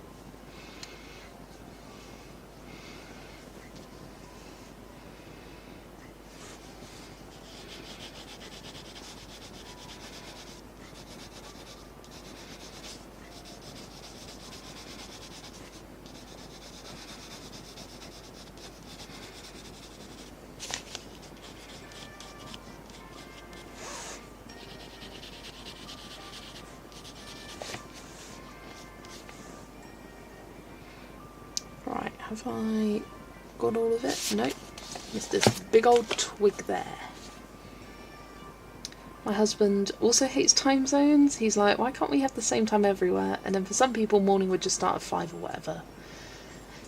I sometimes think that, and then sometimes I'm like, no, that would be strange. And who decides? Well, it would be based on GMT, because that's where time zones kind of started, wasn't it? Everything is based on GMT, so... It'd be fine for us in England, but everywhere else, because in America you're it's like 5, 6, 7, 8 hours behind, so you would start your day. Oh god, no, don't think about it, because it's too much to think about. Hiya B, welcome in. What pencils do you prefer in this book over your water mediums? I love polychromos in Kirby's books. Was that Kirby? Yes, Kirby. I had a sudden thought Is this Kirby? Is it Sergeant? It's Kirby. By the way, is it just my connection or is the stream buffering occasionally? It's happening to you too. Oh no. Unfortunately, I can't do anything. Unfortunately, if it's buffering, it's buffering, and I can't do anything. You lost sound? My sound should be okay. I haven't pressed any buttons to make it do something strange. Try exiting out and then coming back in. Often that kind of just refreshes it.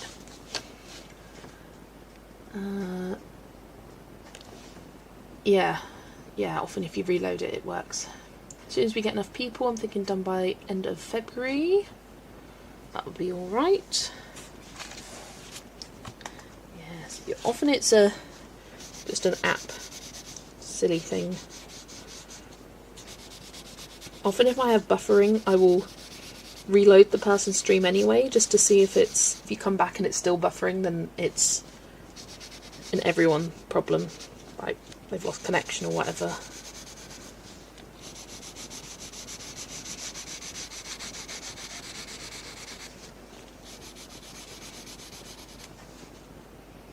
It's back. Good.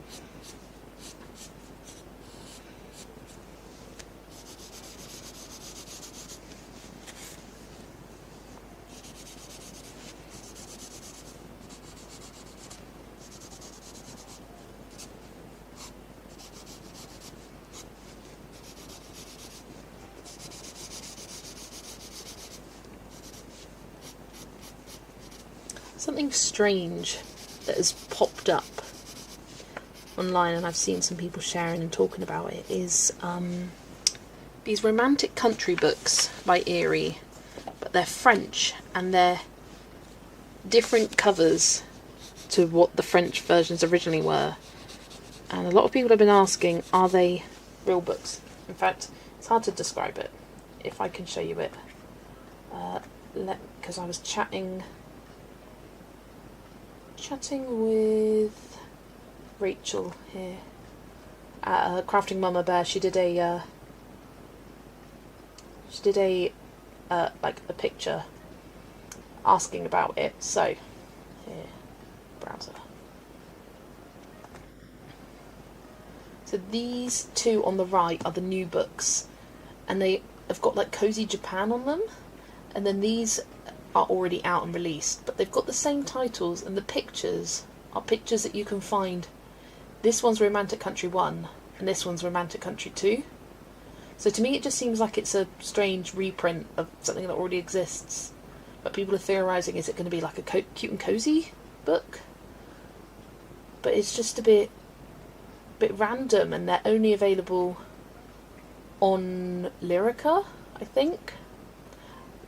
For me, I think they are just re-releases. Maybe they weren't selling many with the brown covers, so they've made them into a nice colourful cover. But yeah, I just thought I'd mention that. So like, if you see that and think, oh, a new Eerie book, I don't think it is personally, because you can find these pictures. In fact, I can show you those pictures in my books. In fact, I've actually coloured both of those pictures, which is why I definitely recognised them. Yeah, it's just a reprint, is what I think. Because here is the one with the sheepies. Can't see too much. And then the one with the birdhouses. You can see here. And that's the second tail. And like the little icons on it look to be, so yeah. There's a few books that I've seen, because I saw a Sagumi book, Zoe shared it with me, the Desert Fox one, and it looks to be a reprint for a Japanese edition. Yeah, they don't necessarily make it clear when it's a reprint and it's the same book. They just publish it.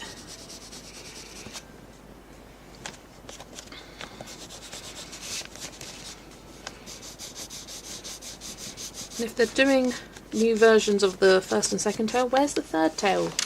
Loads of people want the third tale and they can't access it.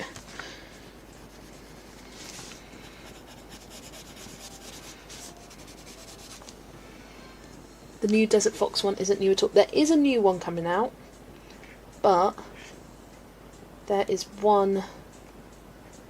I will show you the picture because I know Zoe sent it to me.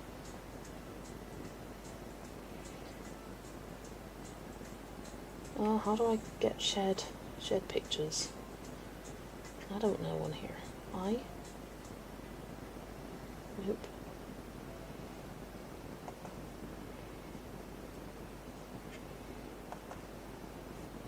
I've got to scroll.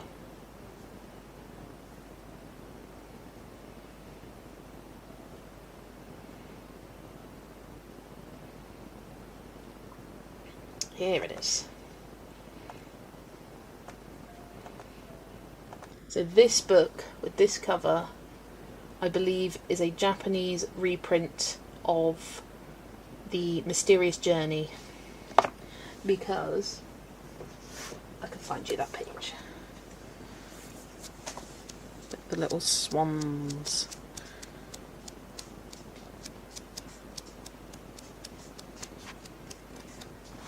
I think it might be in the back section actually. I know I've seen someone colour it. This one here. There you go. Same picture. I know you can't see it all completely there. And like from the pictures from the books, from the listing, are also ones you can find in that book. But this artist is releasing another book at some point. They just haven't put it out yet. Yeah, I wish companies would be like, this is a re-release of this book. They do kind of like make it sneaky. Like you've got to know the book and what's in it to know if it's a new one or something that's already existed.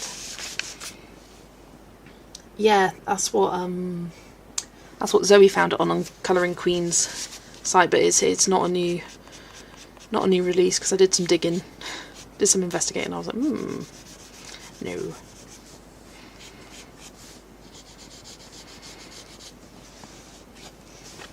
Yeah, you just me and Paulina, between us, we know all the Asian books. Between us two, we know what's coming out, what's real, what's fake, what's a re-release. We got it. And we're constantly messaging each other as well and be like, oh, look at what I found. Because the other day, Paulina sent me a new Tokameku book, the one by the new Bear book by Waka Nakauchi, and I was there like, I literally was searching up Japanese colouring books the day before and it wasn't there, so it must have been a really new edition.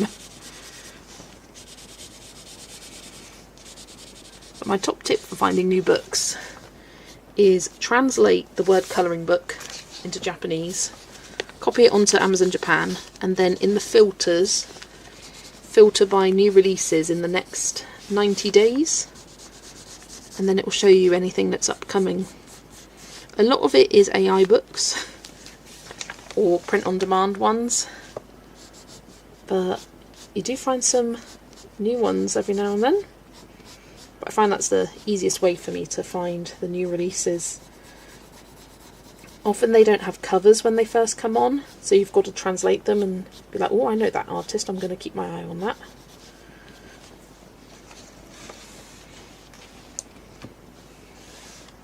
I've seen Faber-Castell is doing a 102 set of polychromos with the best light fastness, and a lot of people are confused about it. Yes.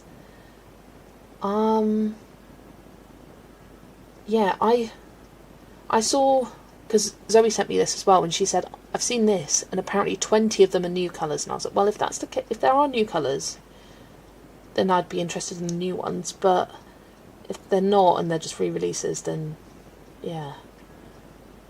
Just a release of the 102 of the already existing ones, since 18 colours have less than 3 stars, so nothing new. Oh, so it's the same colours, they've just improved the light fastness of them, probably. Hi Trinu, welcome in. I had a good Christmas and a good New Year, thank you. They said it's just a part of the 120 set, but I just know there's going to be people who will think it's Neocolors and be disappointed. Yeah. Why can't they just make it clear, or go, here's the list of colours, and you can check it against your polychromos. Put it in the description. Yeah, it just feels a bit kind of like, oh, give us your money.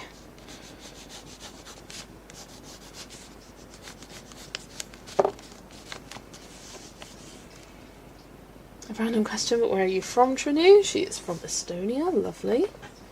You haven't taken the plunge into Japanese colouring books. I do warn you, Jen, when you do, you will become obsessed. And then you will find your bank account keeps getting lower. And you're just like, why?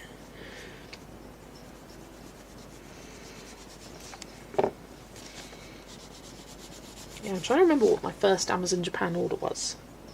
I can look it up. I know it was definitely the Yururi book, the mouse one.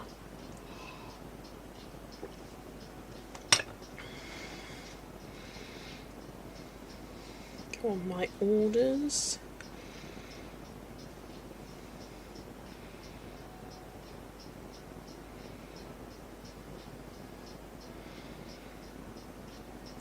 So my first order was the 3rd of January 2024. Nope, that's not right. I must have done something in 2023. Yep. Thought I didn't have books that long ago, but yeah, my first was February 12th, so the day before my birthday, 2023, and I only ordered 2 books, and it was the Wild Mouse Yururi and World Fairy Tales by Eerie, and then I bought 4 in my next one, the Romantic Country First Tale, the World Legends and World Heritage by Eerie, and the Fairy Tales Tokumeku series book.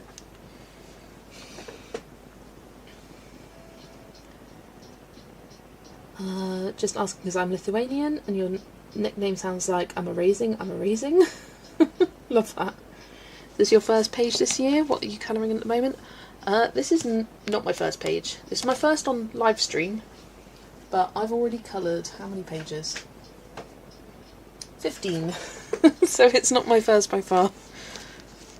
I've actually managed to finish a page, at least 1 page, every day of this year so far. And I'm like, when am I going to break the streak?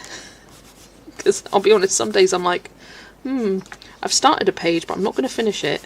Quick, let's do this alcohol marker page so I can keep the streak going.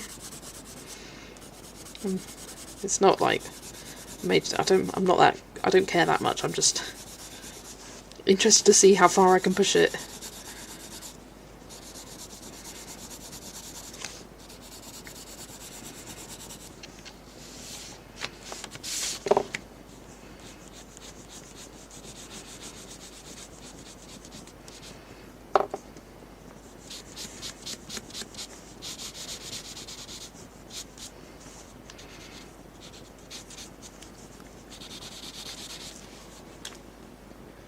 Want the Albert Dürer pencils? I can't afford the whole set. Which set would you start with and add open stock later? Oh, I'll be honest, I do not know what comes in the individual sets. I do know that Shell's colouring journey is creating a resource. She's been creating it or working on it for a while, because I saw it in one of her like update videos where she's going through and finding the best curated set of pencils that you can blend with each other, kind of thing. But I think she's taking her time and working on that, so keep an eye on her channel. But for me, I would look at Colour with Claire's colour family chart. I know I have it in here somewhere. Where's the polychromos one.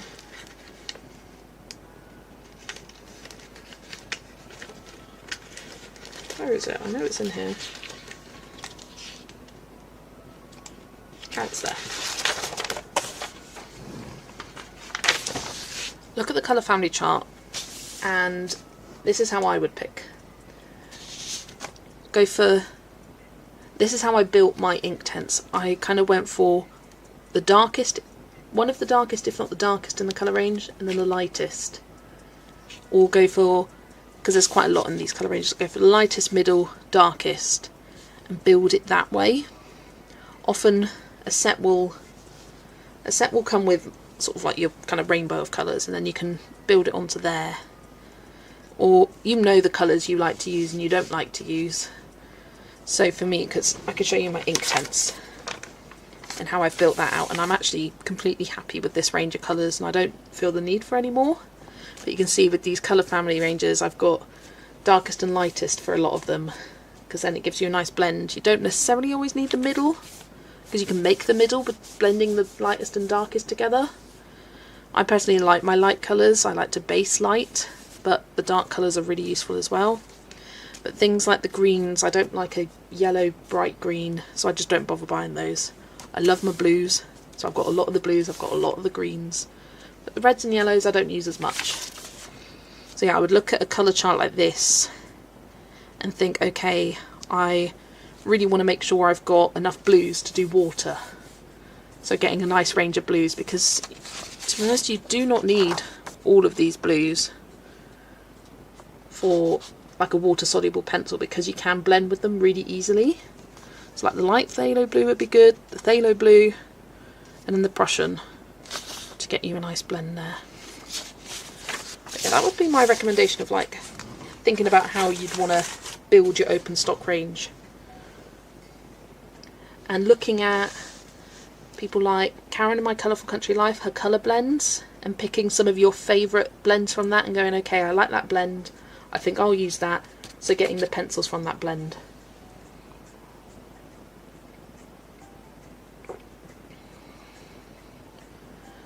Amy started with the 36 of Albert Durer's. I want to say that's what Shell started with as well. Use that with the 36 ink tents as well. Love her charts, highly recommend. Yeah, they're brilliant. I like printing off those charts, swatching my pencils, then creating my own swatch chart based off that, because it's not exactly like how I would order it, but it's a good jumping off point for me. You've got the full set of polys. Oh, okay, so you can see, you know which colour polys you like best, and then think about which you would most use in the water medium kind of thing. Makes it so easy to choose your highlight and shadow colours, definitely. Also, I just realised that you warned me about browns in Disney Colourblind numbers, and you were not exaggerating. Literally, Adele. They love browns. I just recently did the double page Oliver and Company spread, and oh my gosh, I reused so many brown colours because they looked identical to me. They had so many browns. And I was just like, I don't need all this. How do you make plans? Do you make them for the whole year or once a month? So recently, Trinu, I've been doing seasonal randomizer wheels, where I randomly pick 30 books usually per season and base my choices off that, and then I solidify my plans each month. If I did yearly ones, I would change my mind. Yeah, I go do my seasonal randomizer, and then when it gets to the month, I will kind of go from that selection and pick pages from there, look at any hashtags that I want to get involved with, any buddy colours that I've got planned.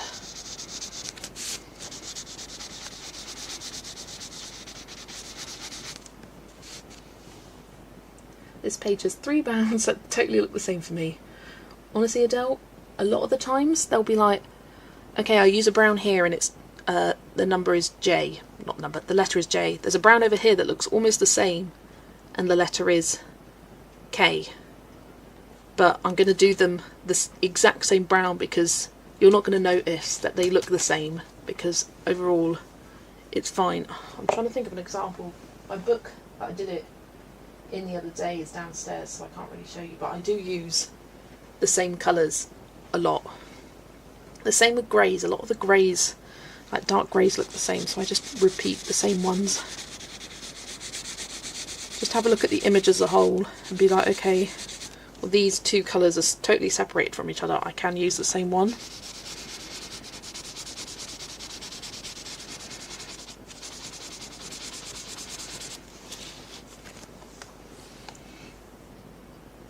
Did that for winter after seeing your fall randomizer, and I love it. It narrows down my selection of books and such, which is actually quite helpful. Exactly.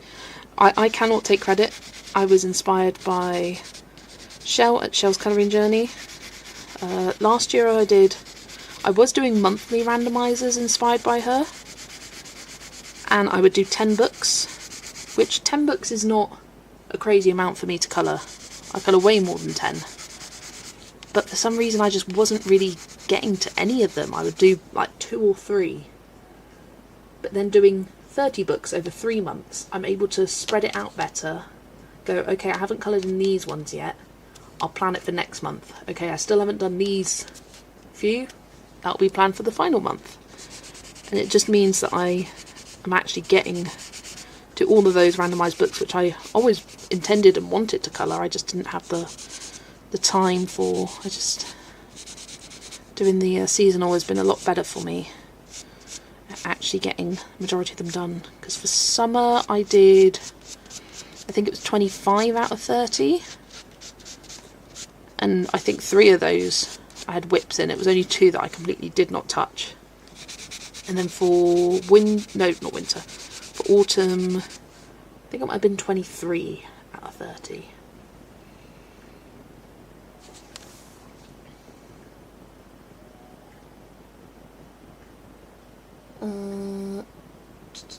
I went to Japan last year, and between sightseeing I managed to hit several bookstores in Tokyo, Kyoto and Osaka. The bookstores there are mouth-dropping in the colouring sections. Oh, honestly, I would love to go to Japan for all of those Japanese books. Like, imagine just being able to flip through all of them and just admire them, even if you already have them. I always have to flip through the books. And that happens in my Disney dot colouring book. I sometimes will go over it twice when they are that close, but I'm using alcohol markers. You can do the same with water-based markers. If, say, one's slightly darker than the other, I will go over it twice, just let it dry, and then go back over it, and it does darken up with the water-based ones as well. You did the same with blues, because I ran out of dark blues. One colour is 1 layer, the other colour is 2 layers, yeah. If I've already pre-planned out my colour palette, to denote that on my colours, I'll put the number of the marker and a plus to know that I've done it twice. Yeah, that's another reason why I like using markers for my colour by numbers, the fact that I can mix colours. You can't do that with paint pens, unless you're literally mixing paint. Mixing it on a palette outside, which I ain't got time for that. But you can do the same with like, oh, this yellow's a bit too bright, it needs muting down. You can put a little, layer it with a brown, or you can layer something with a grey marker to mute it down a bit. It's a good technique to use. Right, I think that's all the tree. So I'm going to start activating over this side. Going to Japan would be a dream. Such a long flight. Yeah, long flight. Ordered some new books. Hannah Carlson, Johanna Basford, Maritli Marotta, Kirby Rosanis and Rita Berman. Lovely. Hiya Jessie, welcome. Lovely to see you. I am doing well, thank you. Absolutely loving colouring these pages on stream. I think I will get all of the basing done, hopefully. I might leave the background because I haven't decided what I want to do yet for the background. But definitely all the trees and all the snow I will base with the Neocolors.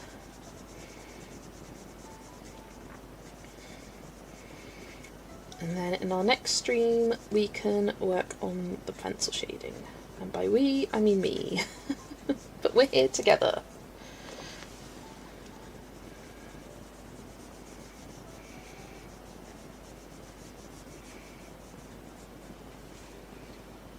you don't have any Japan books either. I love looking at them, and there are several I want, but getting hands on them in the US and then the price makes it a bit difficult. I think personally the cheapest place to get them is directly from Amazon Japan, because the books themselves are crazy cheap. They're all under £10. And then once you add the shipping, it's approximately a base rate of around £22 shipping, and then it's approximately £2 extra for each book you add on. So it does become kind of more worth it the more books you have. But yeah, and I find once you actually average it out per book, it's about the same as like a mythographic. And the books are such lovely quality that, yeah, it's worth it in my eyes.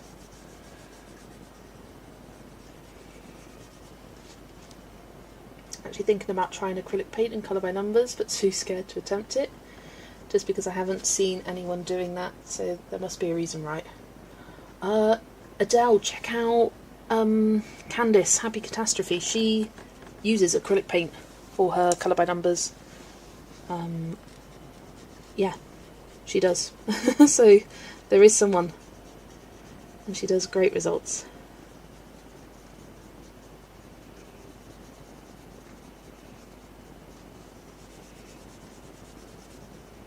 So yeah, check out Happy Catastrophe, because she's done it, and she has some lovely finished colour by number pages.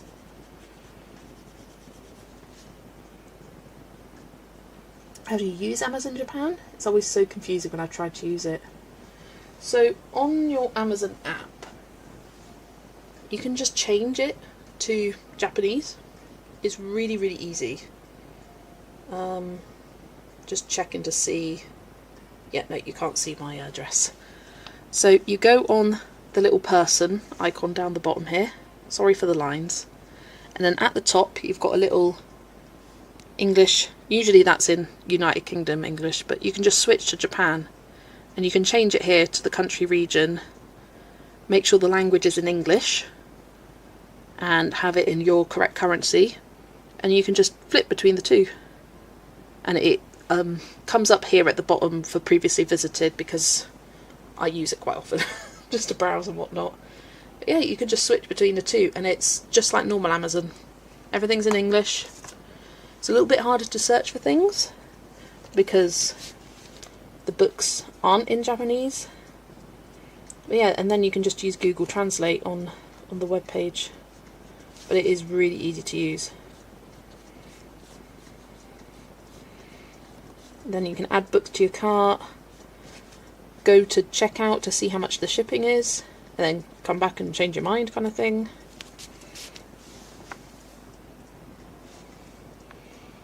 Might be cancelled in this community, but I don't have any Japanese books. I'm not planning to get any.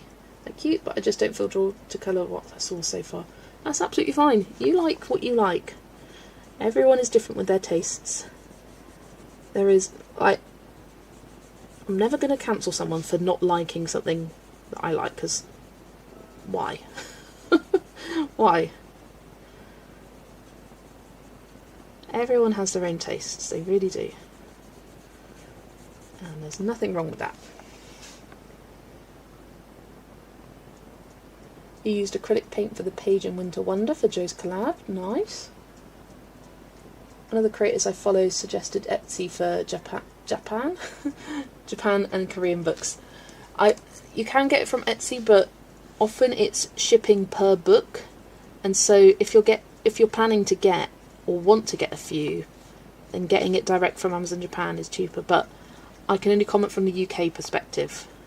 I have no idea how much shipping is to the US. It may be more, or you might get import or customs fees or your tariff charges. I have no idea, so I can only comment from my own experience. But I've never ordered from Etsy because they seem to be crazy. Like, the books themselves are more expensive, and then you've got £20 of shipping on top of that, and that's per book.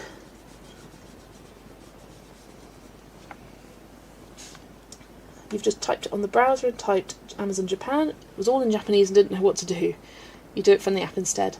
If you do it on your browser, then you should be able to go to the 3 dots in the corner And oh, let me see if I can get Amazon Japan up.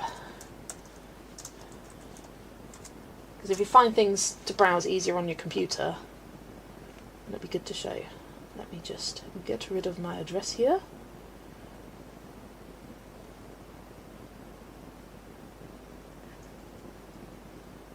United States. There we go. Oh, hang on. Is it going to show my information? Nope, we're okay.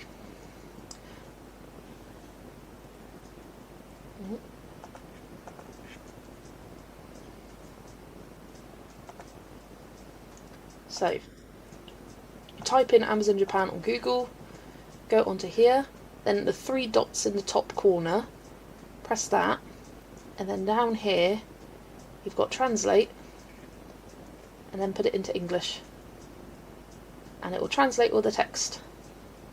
So if you've ever got a web browser where it's in a different language, you can't read it, 3 dots in the top corner, Google Translate English, and it does the whole page. You may need to keep going back and changing it if you load onto a different page, but it's always there.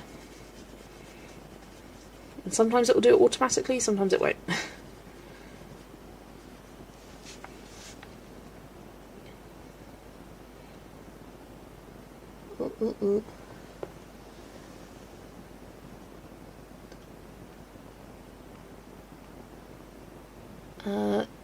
Don't worry about your English, Trinu. I understand you just fine. That's the beauty of this colouring community. Exactly. The issue with Etsy is that's the base price will start higher. Yeah, exactly. And like, not being funny, but you're paying for a middleman. Like Amazon Japan or you're getting it direct. Like no one's making a profit from you buying books from them. You know what I mean? Because the Etsy sellers have to make a living somehow. So yeah, it's just I'd rather know that the proceeds are going straight. Well, I mean Amazon, yeah, big corporation, but it's going straight to the. There's no, like they would have had to have bought it from a bookseller themselves to then sell it on Etsy, kind of thing. Hiya Joe, welcome in. Red Panda is blooming amazing. Thank you so much. Took a couple of layers of Neocolor 2s for its booty because it's got a big butt, but we're getting there. Yeah, Neocolor 2 base for everything of this. And if you're watching this on playback, I at the end will put all the Neocolor 2s I used in the description. Or if you're curious after the stream, then yeah, I will do that for you all. Hope your Sunday's going well, Joe. There's a Japanese craft book store you can buy from too. Ooh, didn't know that. For me, Amazon Japan included the import fee / tax, same as Pomodoro. Yeah, for the UK we don't actually get any import fees or customs, at least I've never. We'll try it on my Amazon app, use that in the future. Pomodoro was already mentioned, ignore me, no worries.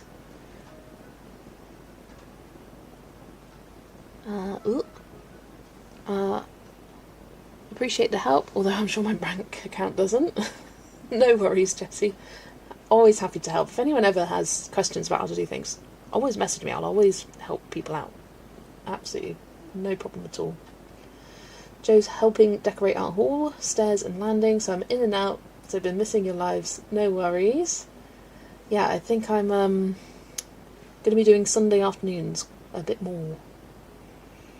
Sounds like Amazon is better. Okay, everyone. Unfortunately, I've got a meeting to go to, so I have to go get cleaned up. No worries, Kimberlyn. Hope you take care. Hope you take care. Hope the rest of your day goes well and take care. Combining sentences then. Gotta go shower my child. If you're streaming later, I'll catch you then. I will be finishing up shortly, Amy. I'd say within the next half hour, 45 minutes. So you take care as well. Have a good rest of your day. I don't mind paying a middleman if it's going to be cheaper, because they're curating the books and it's easier to search there, but not if I have to pay more. Yeah, I'd agree with that. If it's cheaper, then fair enough, but not if it's more expensive, which it usually seems to be. There's also a little bit of comfort knowing a book is coming from someone within the States to me, and it's not coming all the way from Japan. The middleman has already dealt with the customs issues. Very true. I'm also not currently happy handing Jeff Bezos more money. Well, yeah, that's fair enough. I can only speak from my experience. I think going direct to Amazon Japan is cheaper.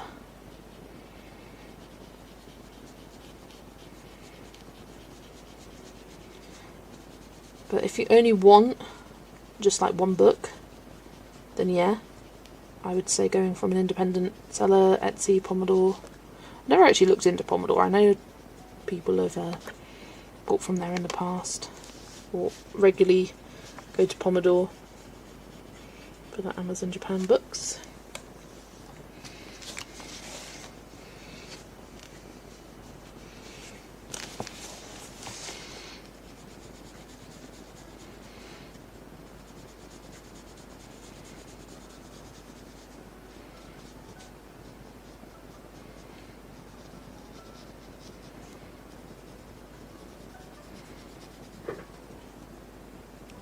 Ooh, some of these branches are very fiddly.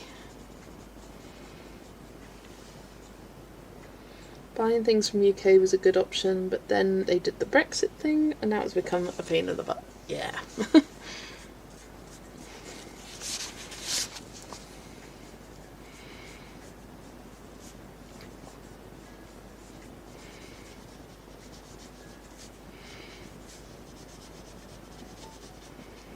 I'm still sad about the loss of a book depository, mainly because I never actually utilised it, and that's what makes me sad. I could have got so many amazing books from there, but no, they closed.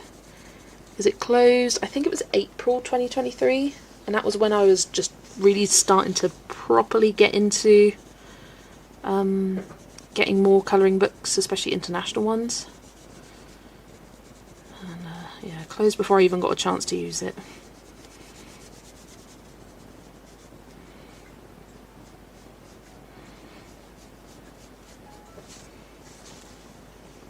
Bought shoes from UK and had 2 customs options. Do it myself through a complicated process that makes me want to tear my hair out, or have the post office do it for an extra €5 fee. Did the pay option, but why? Yeah, that is a pain. See, I had no idea it was like that, because, well, I'm sure before Brexit they didn't even have any customs from the EU because, you know, we were part of the EU together, and that was like the trades kind of deals. It's like in airports now, how we have to go through the international bits instead of the quick EU line. You have to actually go sometimes and get your passport stamp rather than going through the quick one. Although it is cool that now I get my passport stamped, because I'd never had it stamped before because I've only ever travelled to places in Europe. What is the best breakfast in England? I've seen bacon and eggs in movies. I mean, the like traditional one that people would actually want to come for is a full English. So that's bacon, sausages, some kind of egg, whether that's scrambled or fried. Usually fried tomatoes and mushrooms, toast, black pudding. Although I've never actually tried black pudding, I don't want to. It like gross. Sometimes hash browns is a more kind of modern option. That would be classed as a full English or a fry-up, we call it. But that's not a daily thing. I mean, I'm sure there are people that have it daily, but no. I'd say the most common is toast or cereal or porridge. We have a lot of porridge, actually. I'm just thinking as a carer, what do I make for people for breakfast? It's usually, majority have toast, some have porridge, and a few people have cereal. I have cereal. Cheerios every day. I love Cheerios. Hiya Vera, welcome in.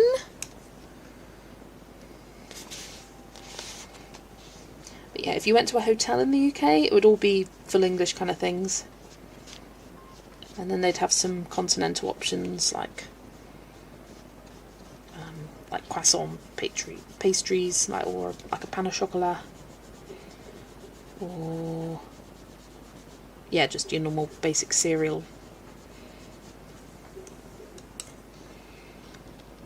I've had a full English breakfast once and felt full until evening. Is it always like that? I mean, how big was your breakfast? I don't know, I don't know if I've ever had one for breakfast that wasn't at a hotel. I don't think we've ever done it at home. We've had like a fry up for tea before, like our evening meal. But it's too much effort in the morning to be doing that much cooking. No thanks.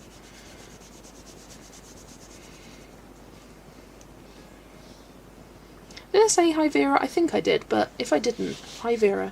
Welcome. Hope you're doing well. Hope your Sunday's going nicely.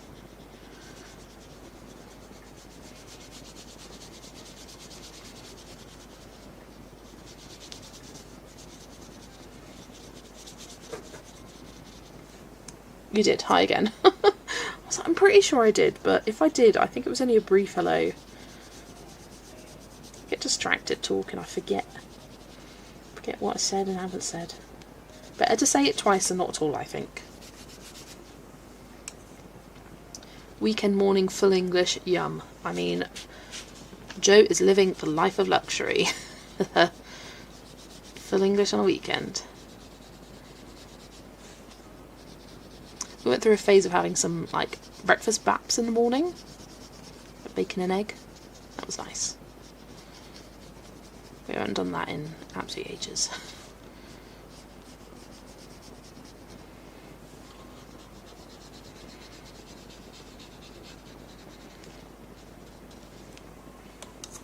Only one of the days. Don't want a coronary. You don't want to buzz out. Block your arteries with all the grease.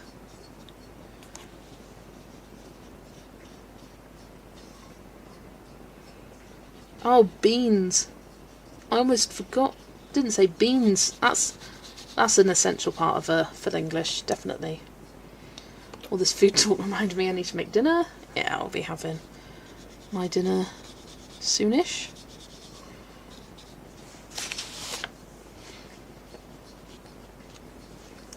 I want to get this snow done and then I'll go.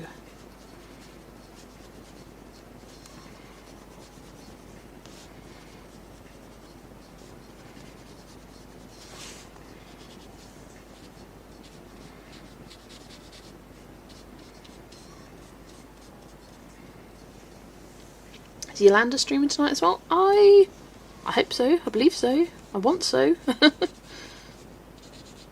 Haven't heard that she isn't.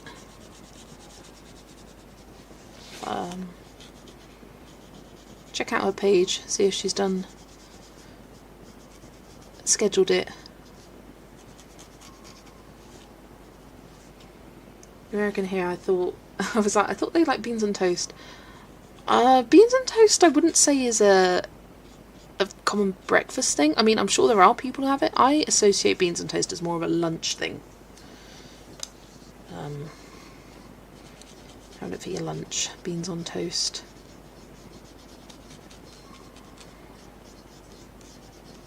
Or a light dinner / tea.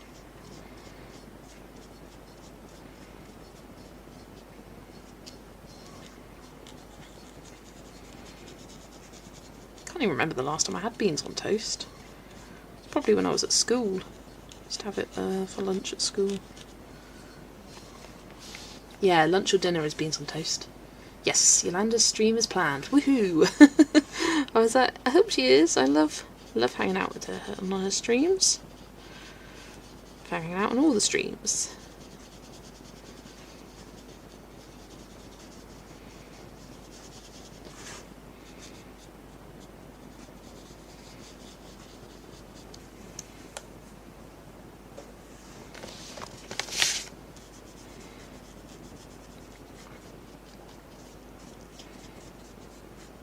when I was younger I was a bit fussy with my beans on toast. I didn't like beans on toast, I liked beans with toast.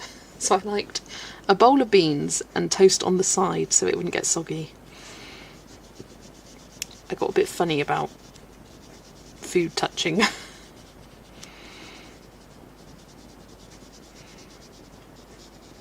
It's one of the things my auntie always did for me and my sister. My sister would have the beans on toast and she'd be like, here's your beans with toast. I'm like, thank you. But then when I got older I actually didn't mind it on toast. It's like I used to eat foods one at a time. So like for example with a roast dinner I would eat all the carrots first, then all of the like cauliflower, then all of the swede, then all of the pick your next vegetable. I would go in order from least favourite to most favourite. So I always thought carrots were boring. So I started with carrots. My favourite veg is broccoli, so I'd always finish with the broccoli and then I would eat the chicken and then the potatoes. Potatoes are my fave. But now I'm older, I eat it all together. I like having a bit of everything. Or not all together, but having a bite with a bit of meat, bit of veg, bit of potato. Bit of a Yorkie.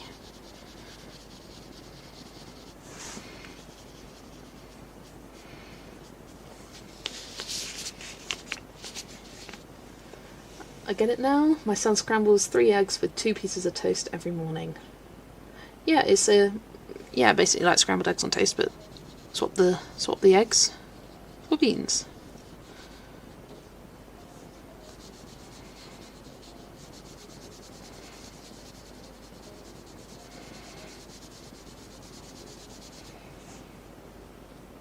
Love your page, by the way. Thanks, Vera. I'm loving colouring it. All Neocolor 2s so far.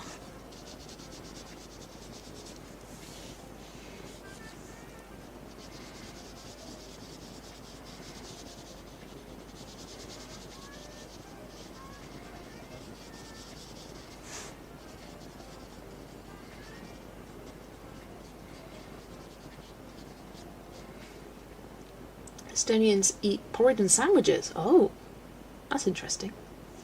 Damn, I just had broccoli and realised I forgot to buy it today. No! I love broccoli. It's my favourite veg.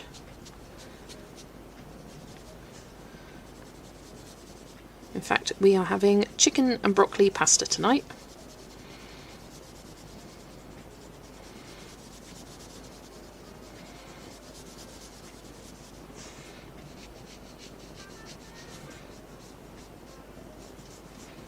One of my favourite meals to cook is chicken broccoli pasta.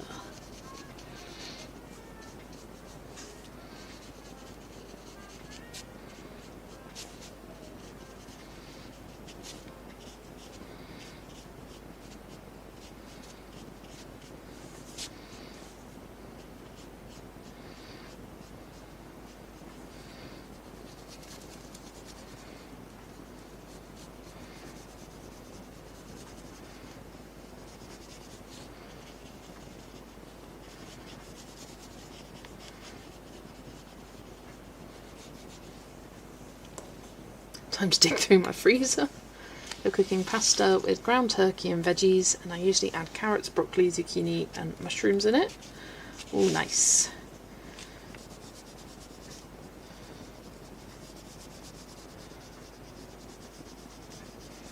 Can't go wrong with a bit of pasta and veg.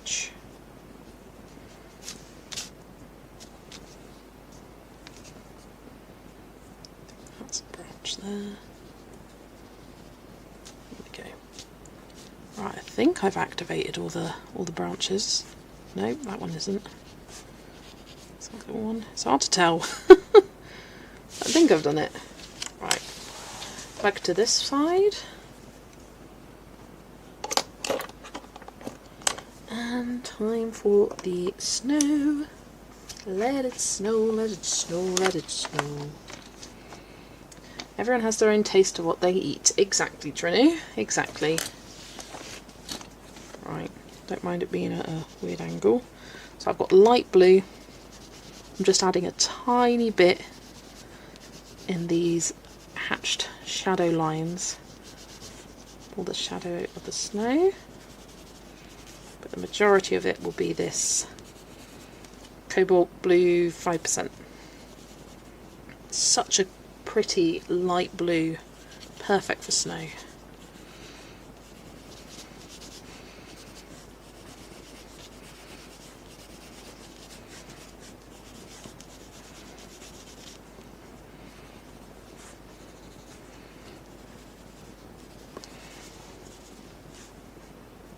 You're gonna run, looks amazing. Thanks Tara, you take care.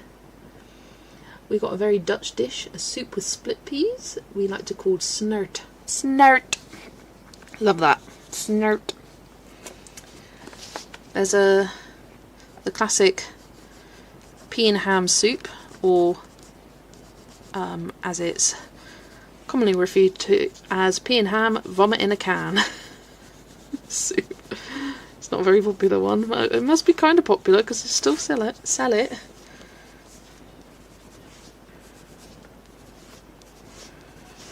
This page is going to have an insane amount of white paint pen. I've got another page on the go which is going to be the same. I'm kind of...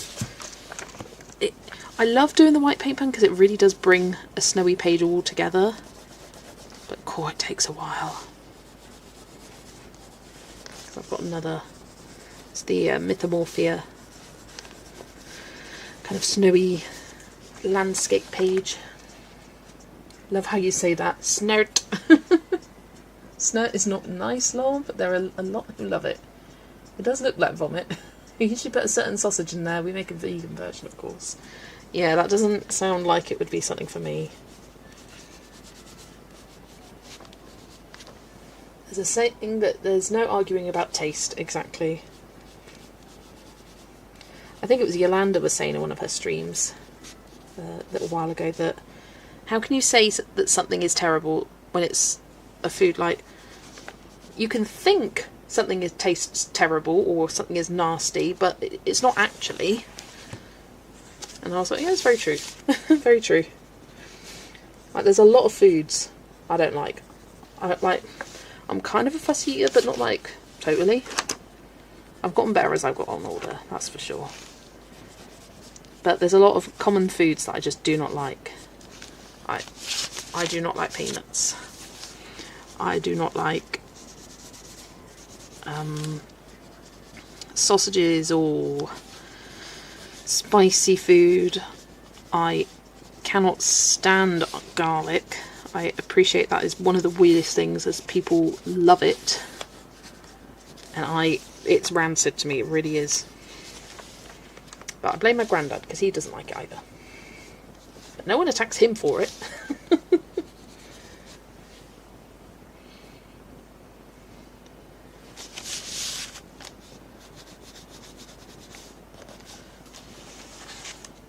Right. Sorry for moving the book around so much. Let's get on this page.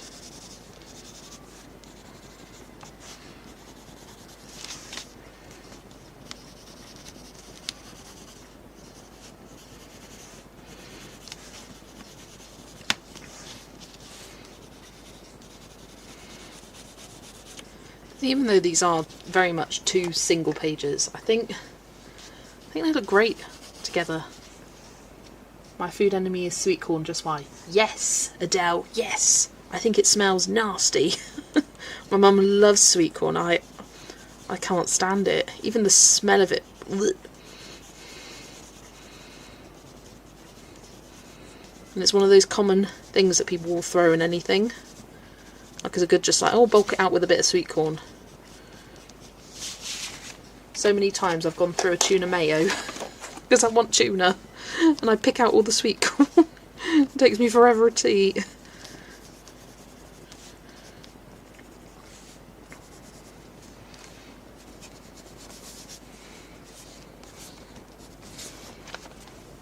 Oh, yes, sweet corn haters. Also coriander. Coriander? I've never said it like that. Coriander, because I've gotten over eating soap in kindergarten. There's a specific gene though for coriander, where you've either got the gene which says, okay, coriander tastes quite nice, and you've got the gene that says it tastes like soap. which is very strange, but it is true.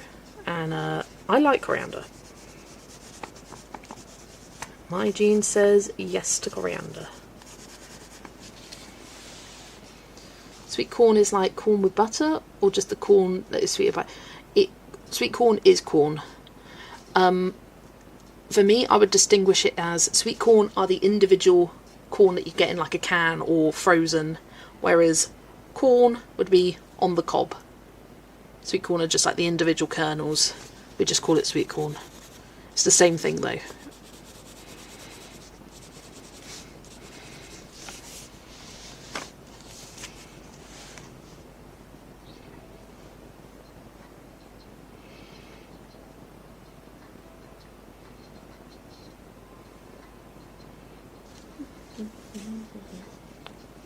Ah, okay, I like sweet corn then, especially in Mexican dishes. No, yeah, not for me.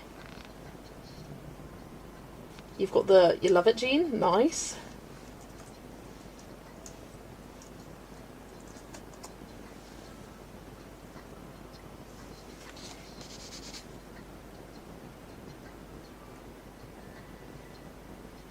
Hello, Hues of Calm, welcome in. Hope you are doing well.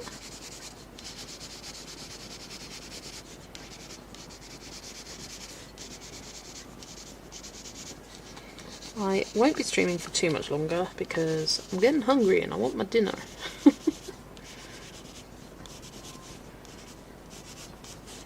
Yeah, I'm gonna finish up with this snow and then call it a night or call it a day, depending where you are in the world. Call it a morning.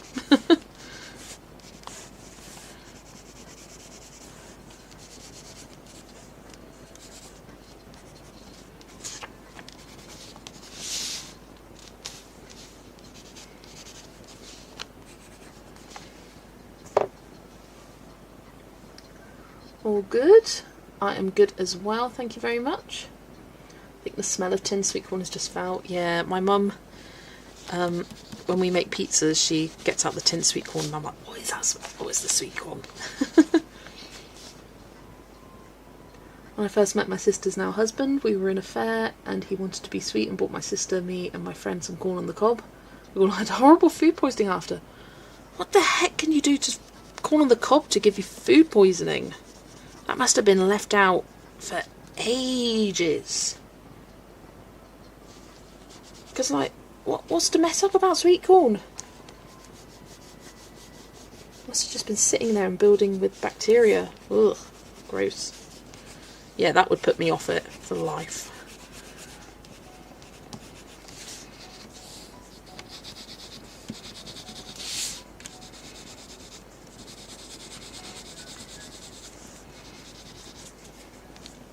It's 8 o'clock for Trinu.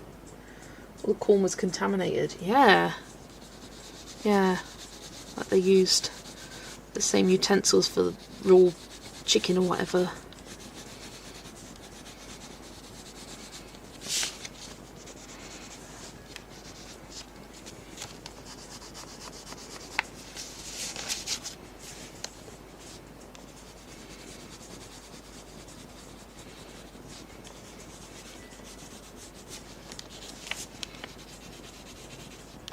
Someone bought me some corn though, to be fair, I'd be like, here you go, you can eat it instead. You can have it back. I'm sorry.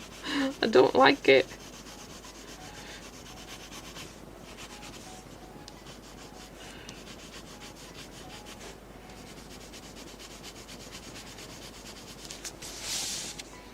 Probably the vendor was just doing this thing all day without washing hands, and so, to be fair, I saw a fair vendor dropping food on the ground and putting it back into pan. Lovely. Ugh. Get the hygiene standards in there.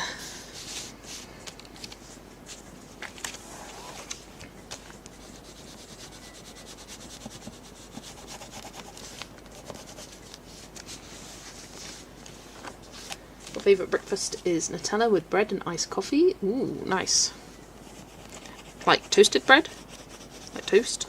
Or just like normal bread?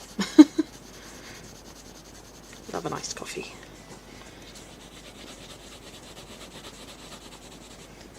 I just like Cheerios with some kind of fruit on top.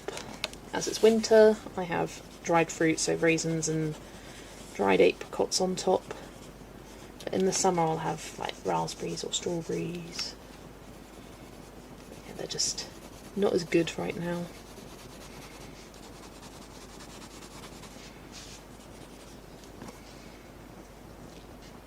Who doesn't want potatoes with a side of dirt and dog pee? I know, right, Adele? I know who wants it. The toilet when you get back home. That's who wants it. Toast, yes, sorry. Fair enough. Yeah. And Nutella toast. I'm not a big toast person, I'll be honest. I never have been. I think it's because I associate it with being sick. I often had toast when I was ill, just like butter on toast, like plain, or a bit of Marmite. Yeah, I've never been much of a toast person. I just rather have something else.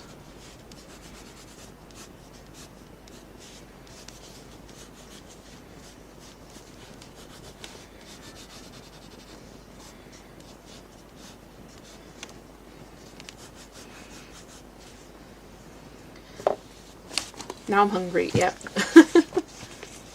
Extra flab, no, extra flavour. I love the idea of an extra flab.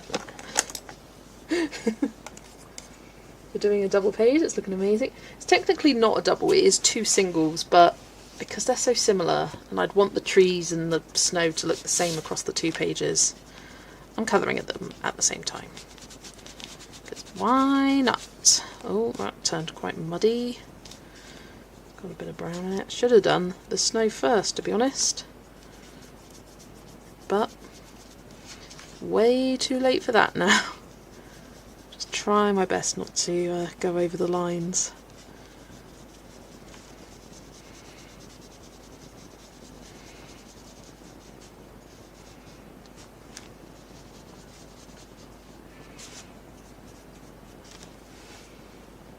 How about me? I am feeling a little bit hungry, I'll be honest. It's almost 6:15. So yeah, I'm going to finish the snow and then go do dinner. Luckily it's a nice quick easy meal. Chicken and broccoli pasta. Takes as long as it takes for pasta to cook. Because I do a very simple sauce. Just creme fraiche, basically. Go eat. No, I need to finish my snow. I can't just leave something half done. I need to get to a good finishing point.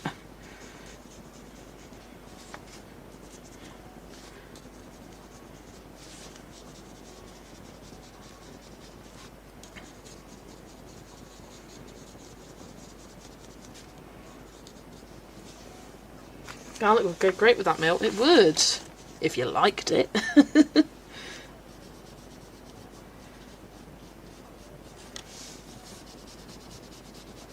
If you weren't weird like me. Anytime I ever meet someone who also doesn't like garlic, I'm like, my soul sister. Is that someone else?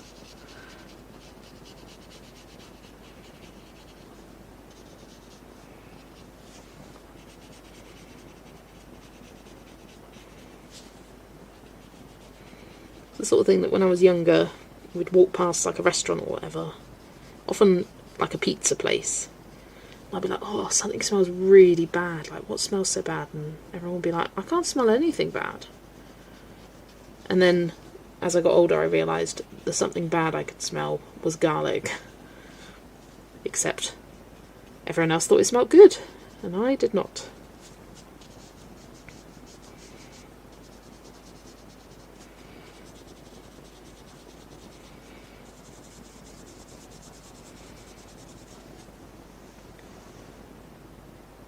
I'm glad I make you laugh.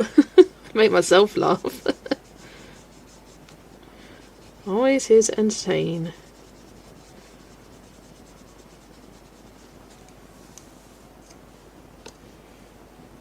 Thanks for joining, Millie. You're just a vampire. I genuinely am. Have you seen how pale I am? I also don't like to open my curtains in my bedroom because I only go in there to sleep. What's the point of opening curtains to close them when you next return to your bedroom? So I just leave them closed all the time. And my parents always joke that I'm a vampire. It's true.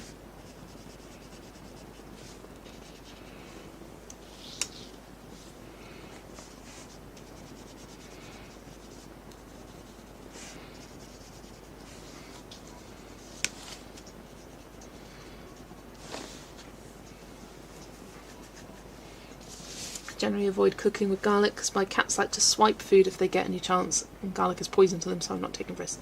There we go, that's why I don't have garlic, because I love my cats so much, so I don't want to risk their harm. Lex doesn't usually eat from my plate. She did enjoy licking around my plate the other night when we had fish and chips. She was eating.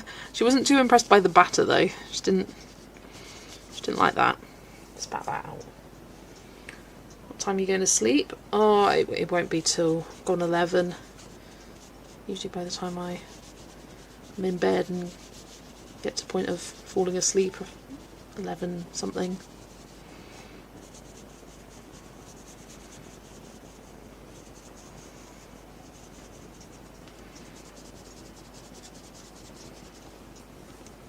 I love beetroot, broccoli and pumpkin. Lex likes chicken and cheese.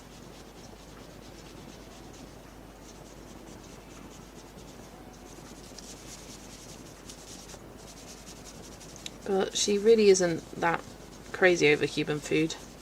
You'll drop anything and you'll be like, go on, eat it up, and she won't even bother. The only thing we have to be careful of is joints of meat from a roast. If we've cooked a joint of turkey or a joint of ham, then you've got to close the door because she will nab it. She's more of a meat girl. So I was quite surprised when she started licking around my plate of the fish and chips.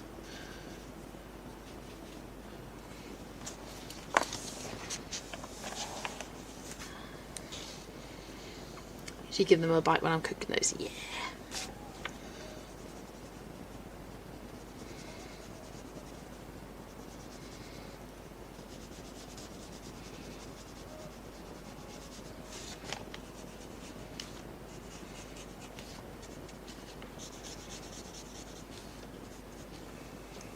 Mum once managed to steal the turkey cold cut from my sandwich. No! You're like, I swear I put turkey in this. Where's it gone? Something Lexi has started doing. She didn't used to before, but within the last kind of year or so, she'll start drinking from my mum's glass of water in the lounge.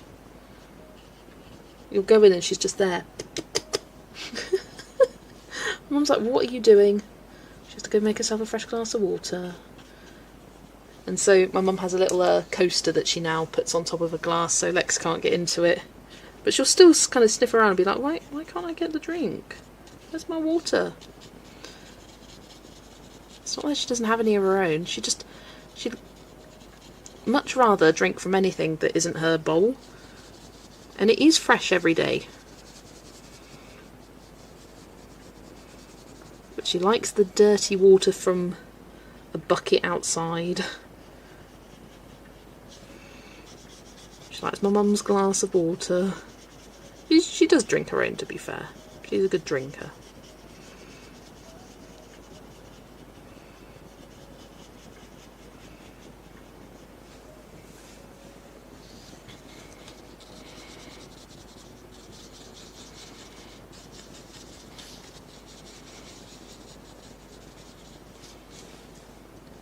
My dogs are obsessed with carrots, so I always have to pay the carrot tax when I cook with them. We often have to pay the cheese tax, but not to Lexi, to ourselves. If we've grated the cheese, we've got to take a bit of cheese tax. I introduced my parents to the cheese tax video. Anytime we sort of like nibble a bit of cheese, be like, ooh, cheese tax. If you're not familiar with what it is, just Google cheese tax. It's a little song. Our dog used to lick the froth off my morning coffee, and I never realised until I saw her one day. Oh no! She's a posh kitty, yes. She likes to drink from a glass.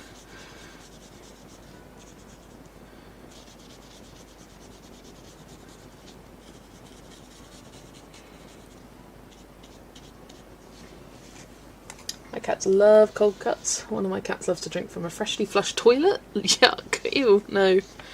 We always have our toilet seat down anyway, so I don't think she's ever even tried. And that wasn't just because we got a cat. We've always closed the toilet seat.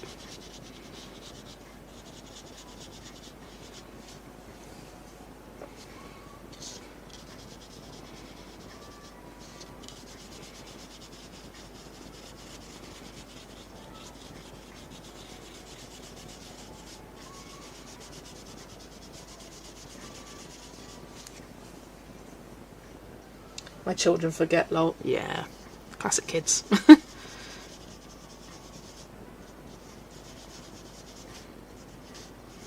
But if you're raised to close it, it does stick with you.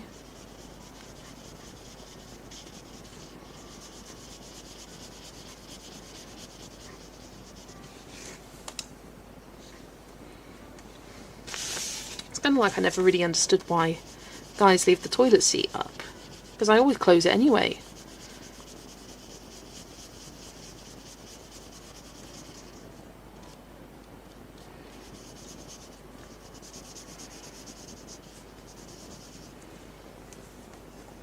That used to annoy me at uni, sharing a house with guys, them leaving the toilet seat up. It's just, oh, put it down. I put it down after every use. You can put it down after every use.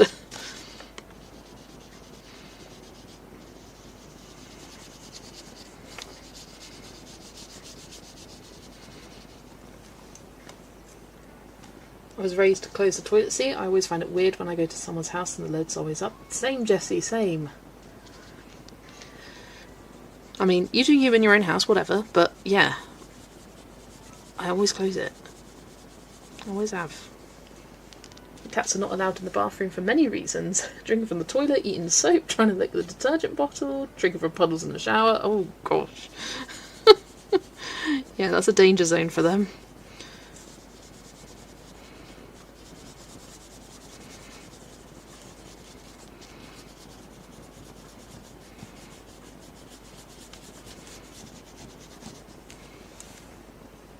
Hiya Jeanette, sorry you're late, you fell asleep. Unfortunately you are catching me right at the tail end of this stream, as I am about to wrap up. Just got this little corner of snow left to activate, and then I'm going to go make my dinner, because I'm hungry. Also getting stuck behind the toilet whilst trying to catch a spider, bless! Bless its heart. It is always up at my house, but that's because being on water tablets, I'm in and out like a yo-yo. Yeah, you can't afford the extra second it takes. You gotta go. I'm quite bad for that. When I gotta go, I gotta go.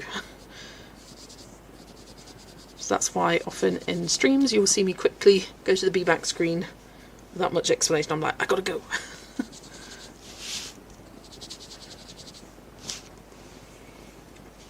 We're going to take a shower and we'll talk about Asian colouring books, and then we'll talk about flushing with the lid up and spraying germs everywhere. Makes you think with all the bacteria in it. Yeah, I agree, Jessie. we have great conversations in stream. If you saw my bathroom door, you'd think I'm raising a tiger with all the scratches on. Doing a stream train with Yolanda today. Oh, what time does she start? I think she starts at 7. Oh, in half an hour's time. But yeah, I am going to be going now because I want to make my dinner. And yeah, I'm loving how this is turning out. I will be back on Friday next week. What day is that? Friday the 16th? Friday the 16th.